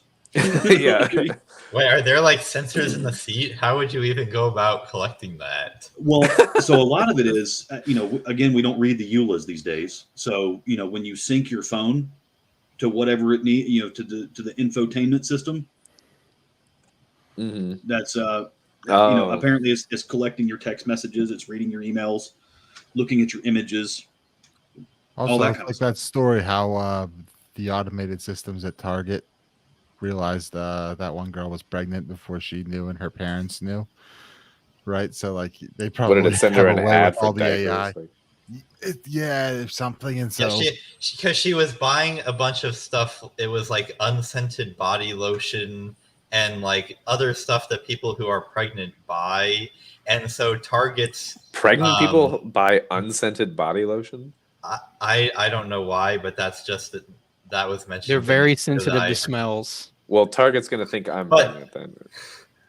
But the algorithm, Target's algorithm picked up on this, and then it sent this girl like an ad with like baby clothes and cribs and stuff. Right, Because I right. recognized that she was probably pregnant, and the girl's dad went into the store really angry and went to the manager and was like, "Your ads, what are you doing? Trying to encourage my daughter to get pregnant? This is outrageous." So the manager obviously apologized, but then Turns a out week or so later, the dad came back in and it's like, "Oops, sorry about that." No, he's that's like a very right. famous example, but like there's very like He just with enough big data, you pick up on correlations of things like that shouldn't make sense or doesn't make sense to you just looking at like someone's shopping cart. You won't see it, but you run it across enough demographics with enough time and enough opportunity. like and the you know, dad like, in this is right to be mad. He just was like mad for the wrong reason, and so then apologized for it. But like, no, it's still fucked up. Like, this is like the people that get like their cursor is shaky like online, and they get an ad for like Parkinson's medication or something, and they're like, I don't have Parkinson's, and then like a month later they're like, fuck, I have Parkinson's. You know what I mean? Like, it's like ahead of them. Like, anyway. Yeah. So I mean, that's one of the things that, I mean, that's actually convenient. Some might see it as an invasion of privacy, might see it as offensive because you're stereotyping me, you've got some kind of prejudice against me, whatever. But I mean, that is convenient to a lot of folks. I know, like, if I walk in Kroger and they're playing some music I grew up to, I get excited. When I get my monthly coupons from them of like, hey, this is stuff I bought last month. This is great. Thank you for the coupon. I get excited. What's an example of this music that you're talking about? So there was one time I walked in and they were playing, what was it? Collective Soul, Runaway Train. Oh, okay. All right. Yeah. Yeah. And I'm like, oh man. Wait a minute. Runaway Train. Yeah. That's Collective Soul? I thought that was Soul Asylum. Soul Asylum. Right? Yeah. Ah. Good catch. But okay. It was definitely Runaway Train. They're both of the same era though, Collective Soul and Soul Asylum. Yeah. Yeah. But I walk in, I'm like, oh, I'm the target demographic now. Yeah. They had you from the beginning, yeah. Yeah. Or I walked in one time they were playing Sir Mix-a-Lot. It was late at night. All right. This is great. That's funny. But convenience does come at a cost. And, obviously if we have this kind of technology, these capabilities in the hands of the government, vigilance is required. And even from private entities, because now you see Nissan and Kia, I mean, they're selling this to third-party advertisers. They're boasting about this stuff.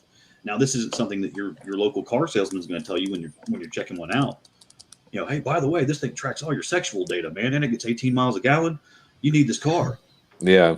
Imagine if they had to come out with disclosures like that. That'd be pretty interesting. With the sexual data in particular, given that we're all libertarians, I guess we don't need to worry about that. Hey, Steve's got another kid on the way. Yeah, there we go. Well, it might look like the mailman. We'll see.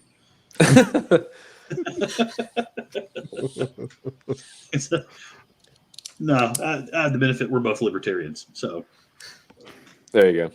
Yeah, the rare I find. was hesitant to honestly get a new car because of all the stuff that like I didn't want to pay for, and I don't really want it listening to me, and I don't care about a push button start, and I don't give a shit if it can fucking drive in a straight line without your hand on the wheel or whatever. Like, I was really reluctant to even get a new car. I had the same car, the first car I bought, for 15 years because I didn't want to spend the money on. I didn't have a car payment, and it worked fine or whatever.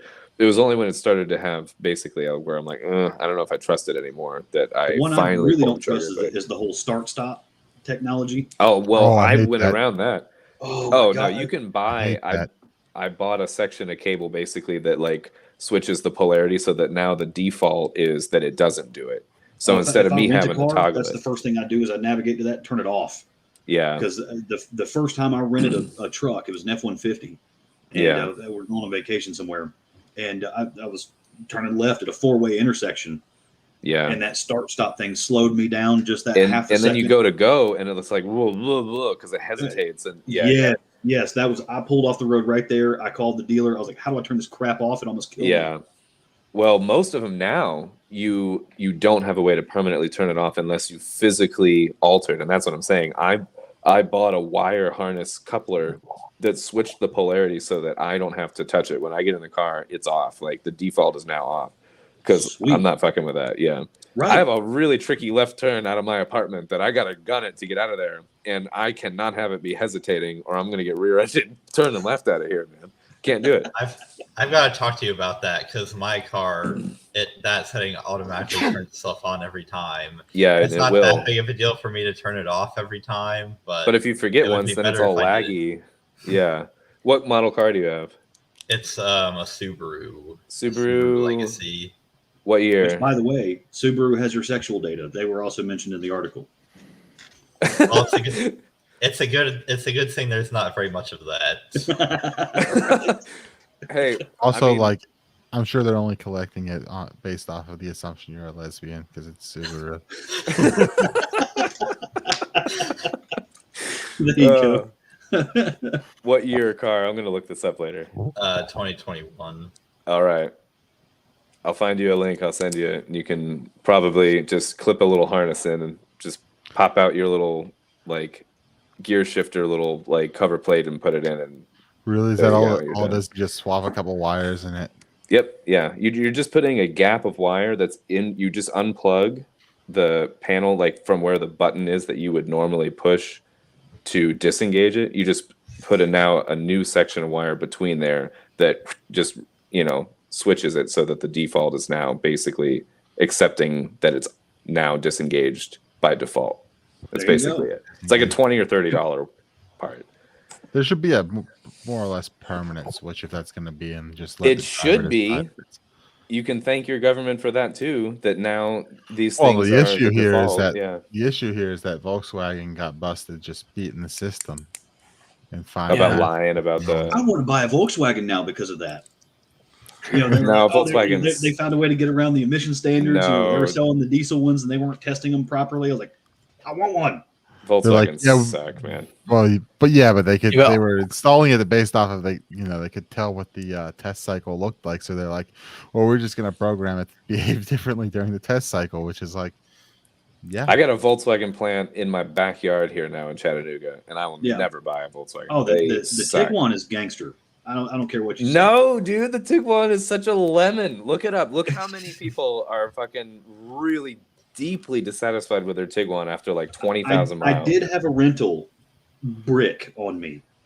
I'm telling you. The infotainment system just blacked out, and then the whole car locked up. But then they brought me a new one. I mean, that because I called them, and I was like, look, I'm stuck on the side of the highway. But that's a rental. Florida. That's fine. I don't care about rentals. St. Joe, Florida. They're like, where is that? I was like, exactly. Come find me. Exactly. This is a problem. Port St. Joe is awesome, by the way. You know where Port St. Joe is? If you ever get to go to Indian Pass Raw Bar. It's amazing. Nice. Oh, yeah. It's about 30 miles northwest of Apalachicola. It's between Apalachicola and Panama City. Okay. Which I think in my family history, somebody was mayor of Apalachicola. Oh, cool. That's fun. There was another city that doesn't exist anymore. When I look it up on Google Maps, it's like a parking lot, and they were mayor there in Florida. So mayor of the parking lot, king of the castle. So I got the replacement car. The replacement Tiguan was awesome. Mm-hmm. Had a phenomenal week. Thankfully the thing bricked on me day one. So we had a whole week with the thing. Is this the week amazing. That you got the shark and all that, and we caught a shark with a catfish. Catfish bait, good. Yeah. Mm-hmm. So if you're ever ocean fishing, folks, that's a good tip there. You catch a little catfish that's foot and a half long, something like that. Throw the joker back out there, and you're going to catch a shark. It's good for shark, tarpon, stingray, a lot of big stuff, honestly. Hey, what are you going to do if you catch a stingray on the fishing line, though? Oh, dude, it is a fight because the surface area that they have. It took me 45 minutes to land a stingray one time. That was about 6 feet. You got to hit it with a bat. What do you do with a stingray? Oh no, I don't. I try not to. I just got up underneath it, and you can either roll it up and pliers, or cut the line, or something like that, because there's mouse on the bottom or whatever. But it took a long time though. Biggest thing I ever hooked doesn't raise the water temperature, because then you'll catch it to the chest. Is that the Steve Irwin? Yeah. Man, what a weird way to go for him, man. Yeah, I would have expected something a little bit more exciting. And it's extra disappointing because that was basically caught on camera and never released. Oh, Yeah. I mean, I've seen it, but No, not the video of it was never released. no, it's you can find it. You can find anything, man. If I've it's on seen the it. internet, Yeah. I don't think Is it it? stays private. Yeah. I don't know. I never looked. Back to the but- lesson here. Yeah. No, it's sad. I mean, I've seen. I don't know why I feel compelled, but anytime someone says like, "Oh, it's not on the internet," I'm like, "Hold my beer," you know, like, challenge accepted. Like, same with the in question here, the person in question, the sex tapes, or whatever. I'm like, I had to verify. You know what I mean? I just had to know. Research purposes. I just had to know. You know what they say: trust but verify. Yeah. Not in the That's Bitcoin exactly community. right. We say don't trust, verify. Mm-hmm. Yeah. Unfortunately, Because they used we a can audit camera the whole from like. blockchain. So Yeah, we don't or trust in the case anything. of, We just look at facts. I was saying in the case of Woodbury, Georgia, you could don't trust, recall, because we got the mayor of Woodbury, and it's a small town. That, if you watch The Walking Dead, what they call Woodbury is actually Sonoya. Right. About 15 miles south of that, we actually got Woodbury down in Meriwether County, and they just kicked their mayor out of town. Over what though? Like, So, from what I understand, and I've got friends down there, and one of them may still be in the chat. It was mainly over like the water bill, the way it was being handled, because there people would go months and months, sometimes a year or more, no water bill, and then all of a sudden you get a bill for $1,800. that's weird. Yeah. Dude, I hate when that shit happens. Like Is that the at one mayor's point- fault? Well, yeah, because it was the mayor was running the public works. So Okay. it's all the mayor's office. It's a smaller government down there, so it's the mayor actually carries some weight, from what I understand. The mayor actually Yeah, does look at the stuff. vote totals: 221 to 13. Oh, yeah. So, All this of them, person got 12 people to vote for them.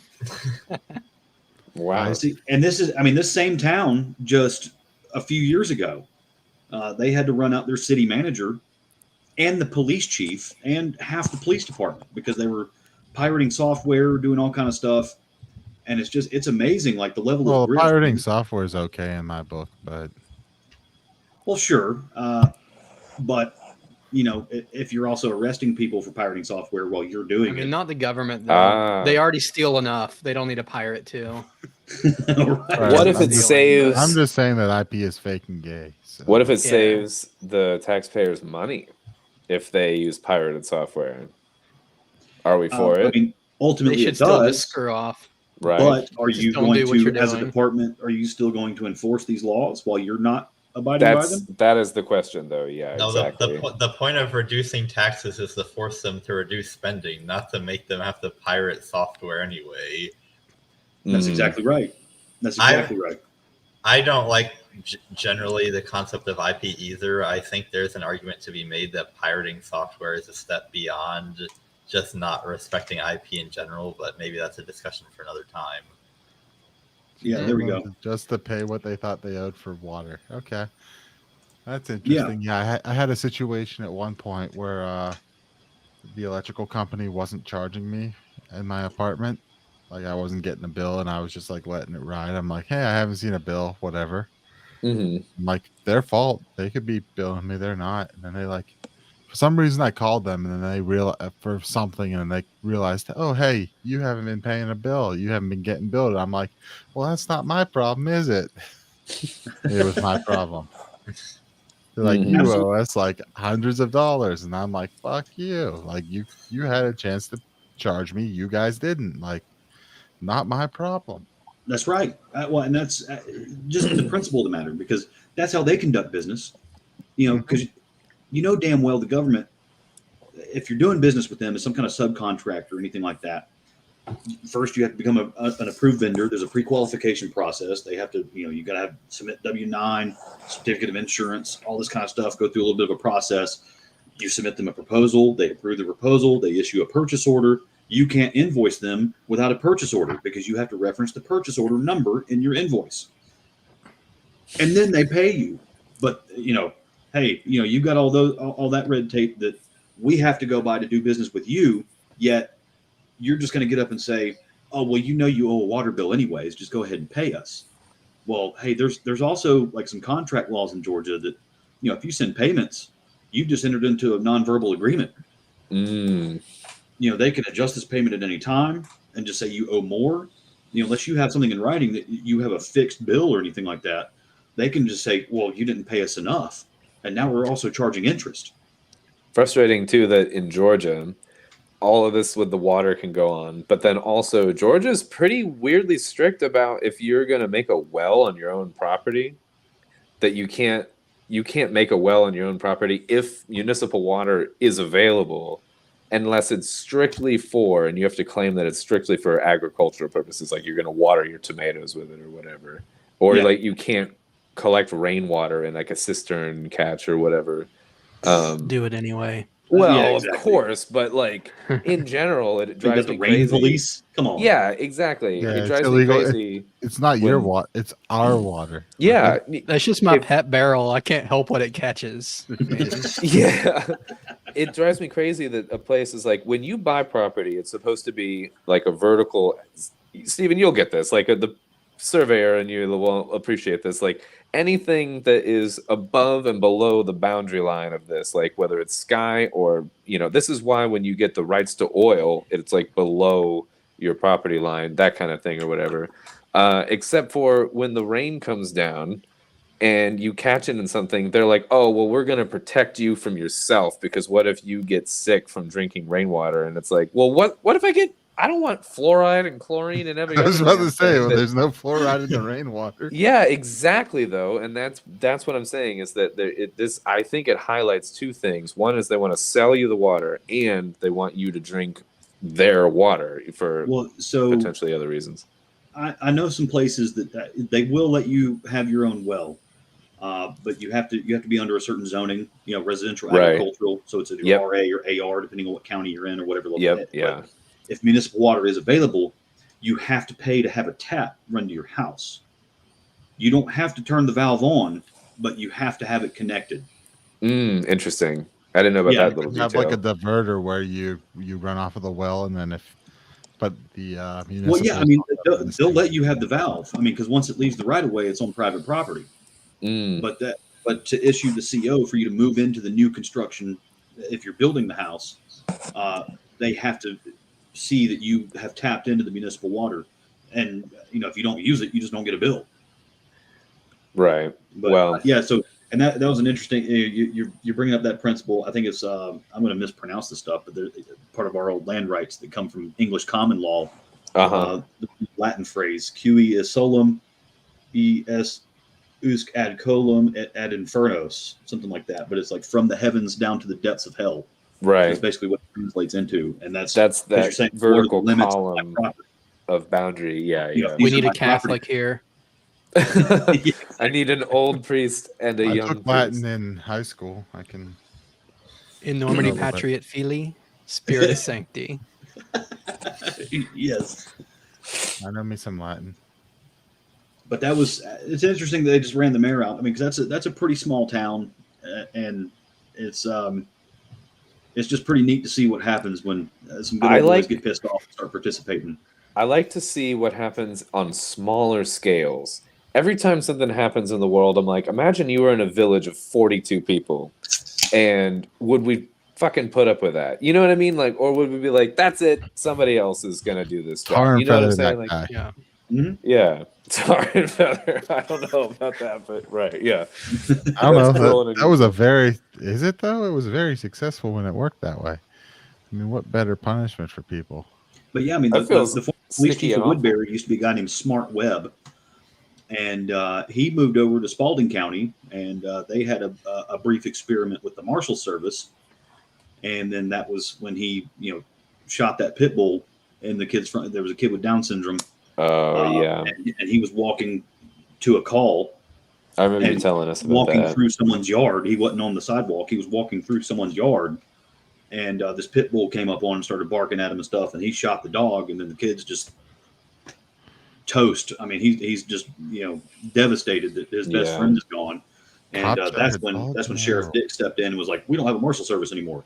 So that's what came from Woodbury. So they have a documented history now several years running that their entire government structure is corrupt. Mm-hmm. And I don't think they're quite the size of Glenn County. I don't see people walking away with hundreds of thousands of dollars. But Meriwether County, the property taxes did just go up on average, I think about 35 to 40%. And when you move there to get away from all the big town BS, and you know what you're getting into, you're like, okay, obviously the schools are crap in the middle of nowhere, and then all of a sudden you get hit with this big, huge property tax increase because they're like, well, we're getting a lot of people moving here, we got to build some better schools. And it's like, well, So what was the mayor's reason for just saying pay whatever? Was it like laziness or some social justice nonsense, or what was she doing? Kudos to her for kind of standing her ground and not throwing people under the bus. Because if there was ever a time to get up and point fingers and say, well, hey, so and so did this and so did that and so should have been doing that, like that's the time to do that because you're on the way out anyways. It's interesting because it just sounded, just typical, deflection, basically of, we didn't do anything wrong. We didn't issue hundreds of people in the county didn't get their bill for months or even years at a time, but we're totally right here. Yeah. I think it's hard. It would be in bad taste to defend that and to come on and say you're wrong. So that much at least is in good taste, I think, to not defend it like outright, that something that bills you randomly at 11 to 18 month intervals is correct. That would be a lot to try and defend. And I've got it where I am too. There's a lot of folks here because I'm on like a community well. So there's like 3 neighborhoods, and then there's like another 2 miles of road that have another couple of hundred houses. So all in all, there's probably 300-400 houses on this community well. Who manages the well? It's just a dude. It's not like it's not like a municipal water authority. Right. That's near what I mean. me. Like, there's a trailer park with its own well, and its water is cleaner than the county water. Yeah. But like, right after a big rain, our water kind of stinks. It'll get a little muddy for a while, and you can tell they dump a lot of chloramine in it to, kill whatever came out of the creek. But they're terrible. Like I haven't seen a water bill in 8 months, but I just know, I'm just paying the guy, and then here's the other thing: like I have to pay him through like Venmo or Cash App. Like we could mail him a check, but I'm like, is there like an online payment portal? And it looks like there is. Like there's a website, there's a shell of a website, and you click pay now, and nothing happens. So, but is this a government employee, or is this like a third party thing, or is this? This is just a private dude that owns our water. Is he like one of the houses that like is drawing water from this, and it was just like it's on his property and he just does it, or like who manages this well? That's so weird. I don't even think he lives here. That's so weird. So, that would be a crazy thing. It's like, welcome to the neighborhood, Alden. You're responsible for the water for like 500 people. I don't know the system. Like, yeah. That's so interesting, though. Yeah, you moved into the model house. With it comes water authority. What? Yeah, I would do it. So I got another question for the group, and maybe for Zane. So is libertarianism just when people run things better? Like a libertarian wouldn't have all these problems if they were the mayor because they're more efficient or whatever? Is that what libertarianism is? So it kind of depends on, like, are we saying that the mayor is libertarian, but we still live in the statist society that we do, where even if I, as the mayor of some town, would like to turn it into Ancapistan, I probably couldn't, just for a variety of reasons, because of other governments that also exist besides just a town, or that nobody else would want that, unfortunately. So as a libertarian politician, and I'm sure we could maybe get a guest on that actually has experience doing this and not just me pontificating, but I'm sure there is a balance to be struck by. Yeah, I'm sure that you would love to be able to not tax people at all. But then again, unless you succeed in convincing everybody that you should get rid of the public school, everybody's going to want the public school to still be there, and you kind of have to deal with what's the most libertarian solution to this very unlibertarian situation that we find ourselves in? And I'm not sure that there is one obviously correct answer to it. Yeah, I mean, for the most part, it would just be, ballot referendums, kind of thing of, well, hey, if this is really what you want, you're doing it to yourself. Just want you to know, I'm not forcing this on you. You voted for it. I don't know. I mean, you could also be like, yeah, we declare that your tax value is this much, but like that number is recommended and pay whatever. Here's if you think that we're doing a good job, here's the number, pay more or less. And then you see where people stand, and it's like, oh, people don't want to pay us, so I guess we're not useful, and bye. Yeah. Well, one thing I think with like property taxes, for instance, if we have to have them, which I despise them, I don't think we do have to have them, because if you own your property, you should own your property. You shouldn't have the government have this instrument that they could then levy you out of your own house. Property tax is about the worst tax that exists. Exactly. But if we have to have them, instead of being on this sliding speculative scale that it currently is, because you have this county assessor, you get updated assessments every year. Okay, I never got noticed my property was being assessed. Right. Do they need to come in and take some photos? If I'm going to sell the house, why am I hiring an appraiser? If you've already done it, why can't I just have your appraisal report? Things like that. Some of these questions come up. How much am I paying the appraiser, by the way? Because I didn't really consent to that. This is something you've just done. And then, the whole concept of the millage rate, instead of that, if you've got to have property taxes, why don't we lock them in based on the purchase price of the home? So essentially, if you want to reward people for planning, staying in your county or your city, unless having you a family and refinance multi-generational stuff, it's locked in on the purchase price. And then of course, if you refi, that resets the clock on that price. Right. Have it like 0.25% of the purchase price, which would be significantly lower than it currently is. But again, you're rewarding people staying in your town. I'm curious what like everyone else thinks, but I'm with Nick on this one. I think the concept of property tax in particular, because you're not like sales tax, you're at least going out to buy a new thing, income tax. I mean, that's a tough one. I abhor income tax as it is anyway, but at least it's They're like all pretty ongoing. terrible. But like, I think property tax rubs me the wrong way more than any, because like 30 years later, you bought that property forever ago, and then it's like, oh well, now we got a good school, and now we put it, and you're like, I don't have kids, like what, and like I didn't choose to live here under the pretenses that you're charging the tax now. Like, you chose to move there whatever time ago. I think that one bothers me in principle the most. Well, and shelter is a basic necessity too, and that's totally fair too. Yeah. In my mind, it's like property tax, then income tax. Like, first, the property you supposedly own being able to be stole out from you because you don't pay your bribe to the local government, and then income tax because like, oh, I'm just going to go to work today, and a third of my day is working for the people I hate because they spend the money bombing people in other countries and starting wars, and they hate you too. They hate us. Yeah, they hate me too. So so under a fair tax model, and I don't really want to misquote Neil Bortz on this one, but under a fair tax model, you would have a one-time sales tax on the transaction when you buy the property. There you go. Done with it. Yeah. There you go. Do we want to move on to fun videos to round the show out? Yeah. Sure. Let's go ahead and round it out. I dropped one in the private chat for. Yeah, I got it lined up. Is this the Susanna Gibson video? No. I don't think we can do that on YouTube. Yes, but I need everybody listening to get in your Kia, your Nissan, your Subaru. Yeah. If your Kia hasn't been stolen.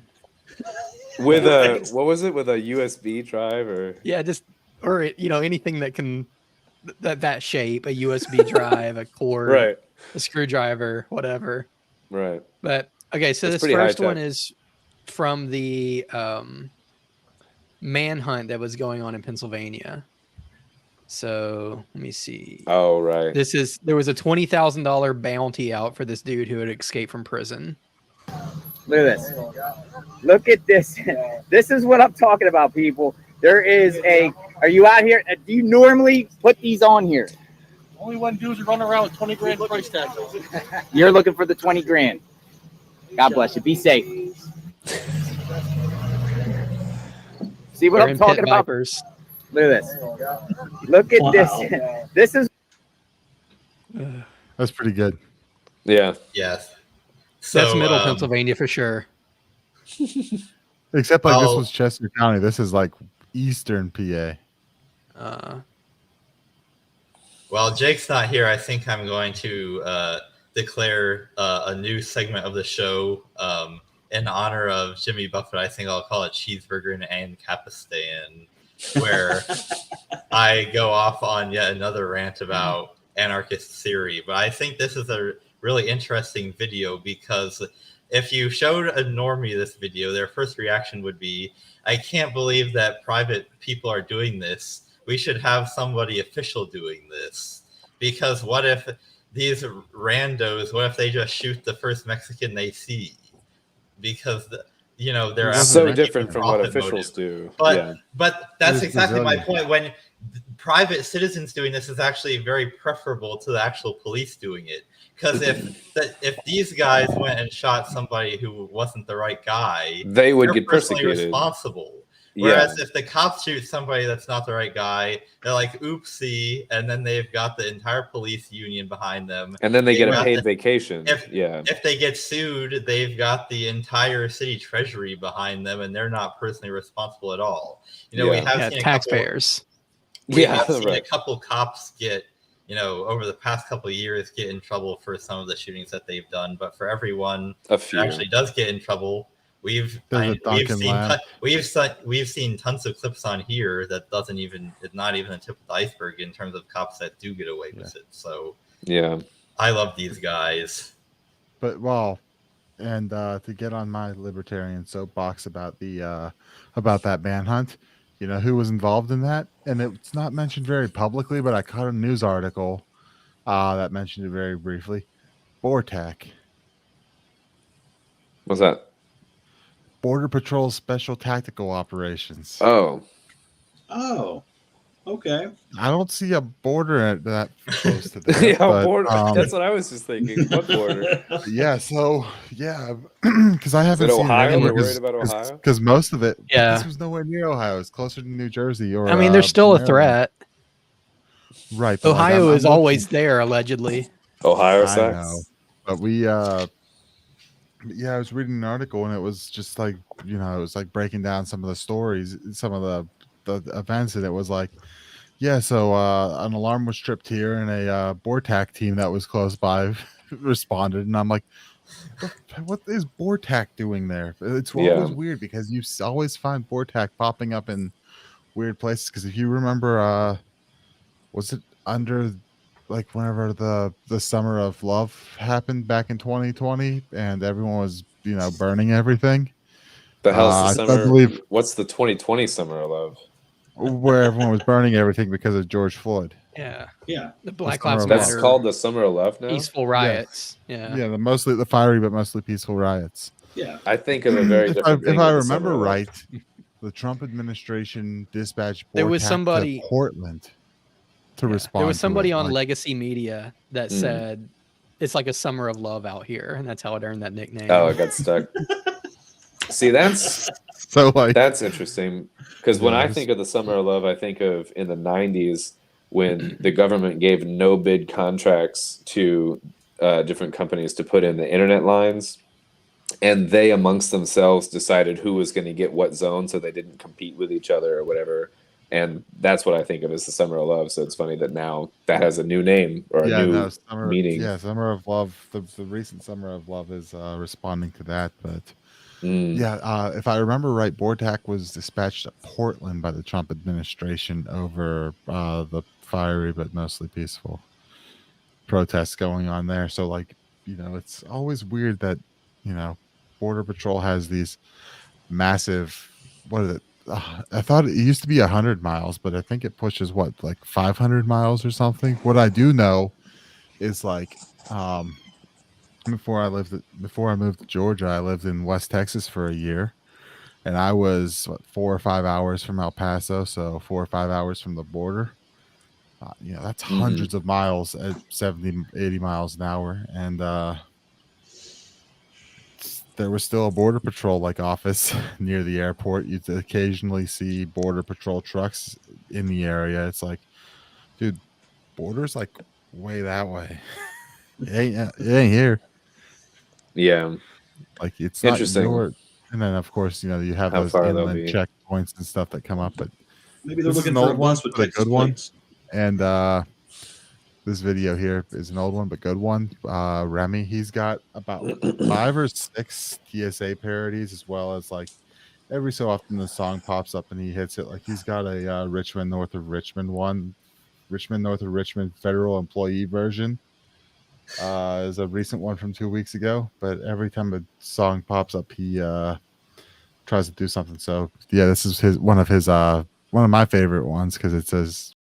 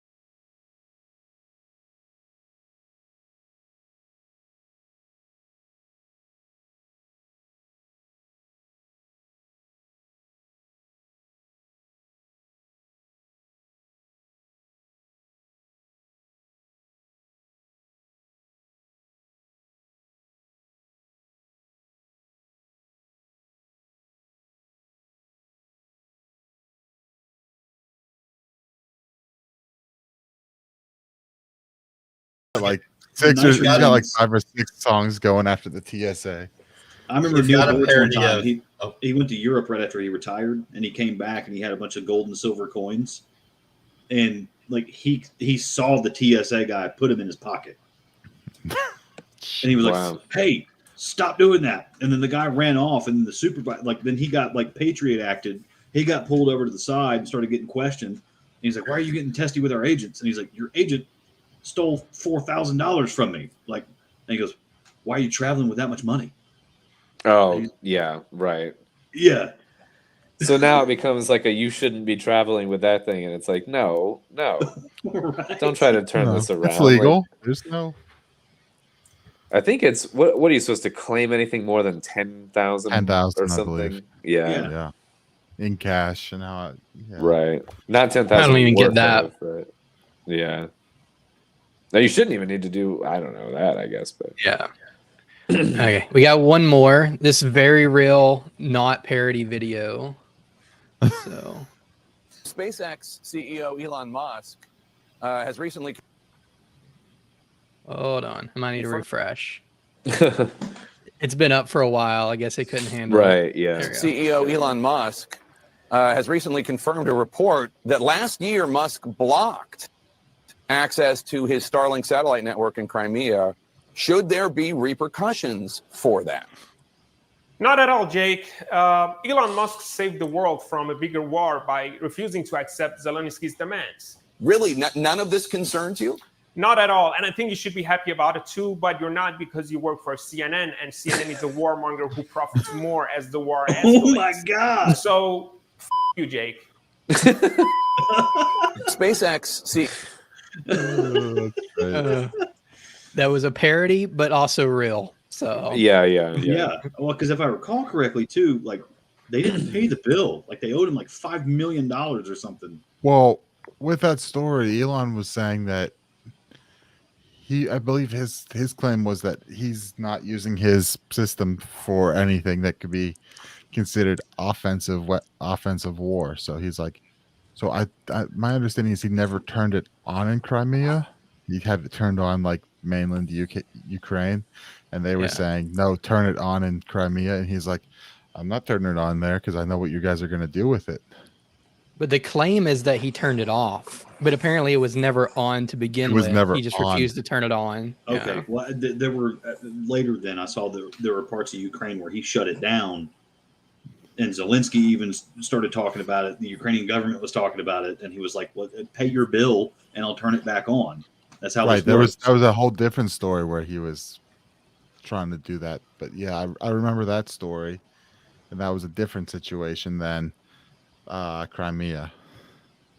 So yeah. And they did just hit Crimea with a cruise missile of some sort. Like they got a missile Russia from that just the got UK. hit too. Oh, that's what I just said. You said Crimea. Crimea. It's part of Russia now. Oh yeah. Okay. Excuse me. I mean, technically it always has been, except for like 40, 50 years. Well, what was it? I forget what queen it was now, but it was gifted to the Russians in like the 16th century, wasn't it? Yeah, it was. Wasn't it Catherine the Great? Like basically put the naval base there, and it was there, and then transferred to Ukraine under Khrushchev, who was Ukrainian, because he needed to buy off the right political allies. But it was all the USSR anyway. And then when they broke up, they were like, well, I guess you can keep it. We're going to keep our, but like, let's negotiate this lease so we can keep our fleet with our only warm water all year port. And then, then we get involved and we're like, hey, let's steal the Russians' naval base and kick them out. And they're like, nope. Hey, let's overthrow the government, this new government. Let's kick them off of this lease that you've agreed to. And they said no. So it's a whole mess. But yeah, it goes back to like 1600s, 1700s at least. And now we'll fund it for the longest time.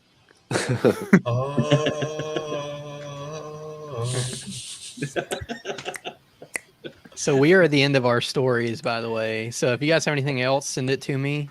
And if not, I guess we can just No, I think we're good to call it. I don't really have anything else. I would just say, hey, lpgeorgia.com. We have the pub crawl coming up in Savannah on September 30th. As part of the Banish Big Brother project, there's an overarching surveillance state that's being installed, particularly in Savannah and other areas of Georgia.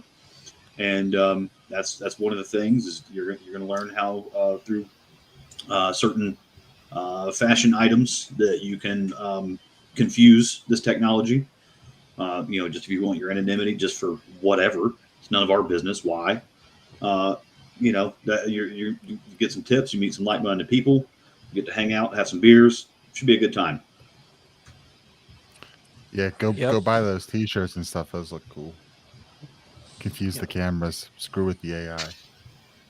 I love it. And you can go to lpgeorgia.com/pubcrawl to get tickets to the event. All right. Yeah. Well, and that's all I got. So stay tuned. We should have Jake back at the helm next week, I do believe. Yeah, he's back from Montana. Yeah. There we go. All right. Well, here we are signing off. Cheers, everybody. Cheers.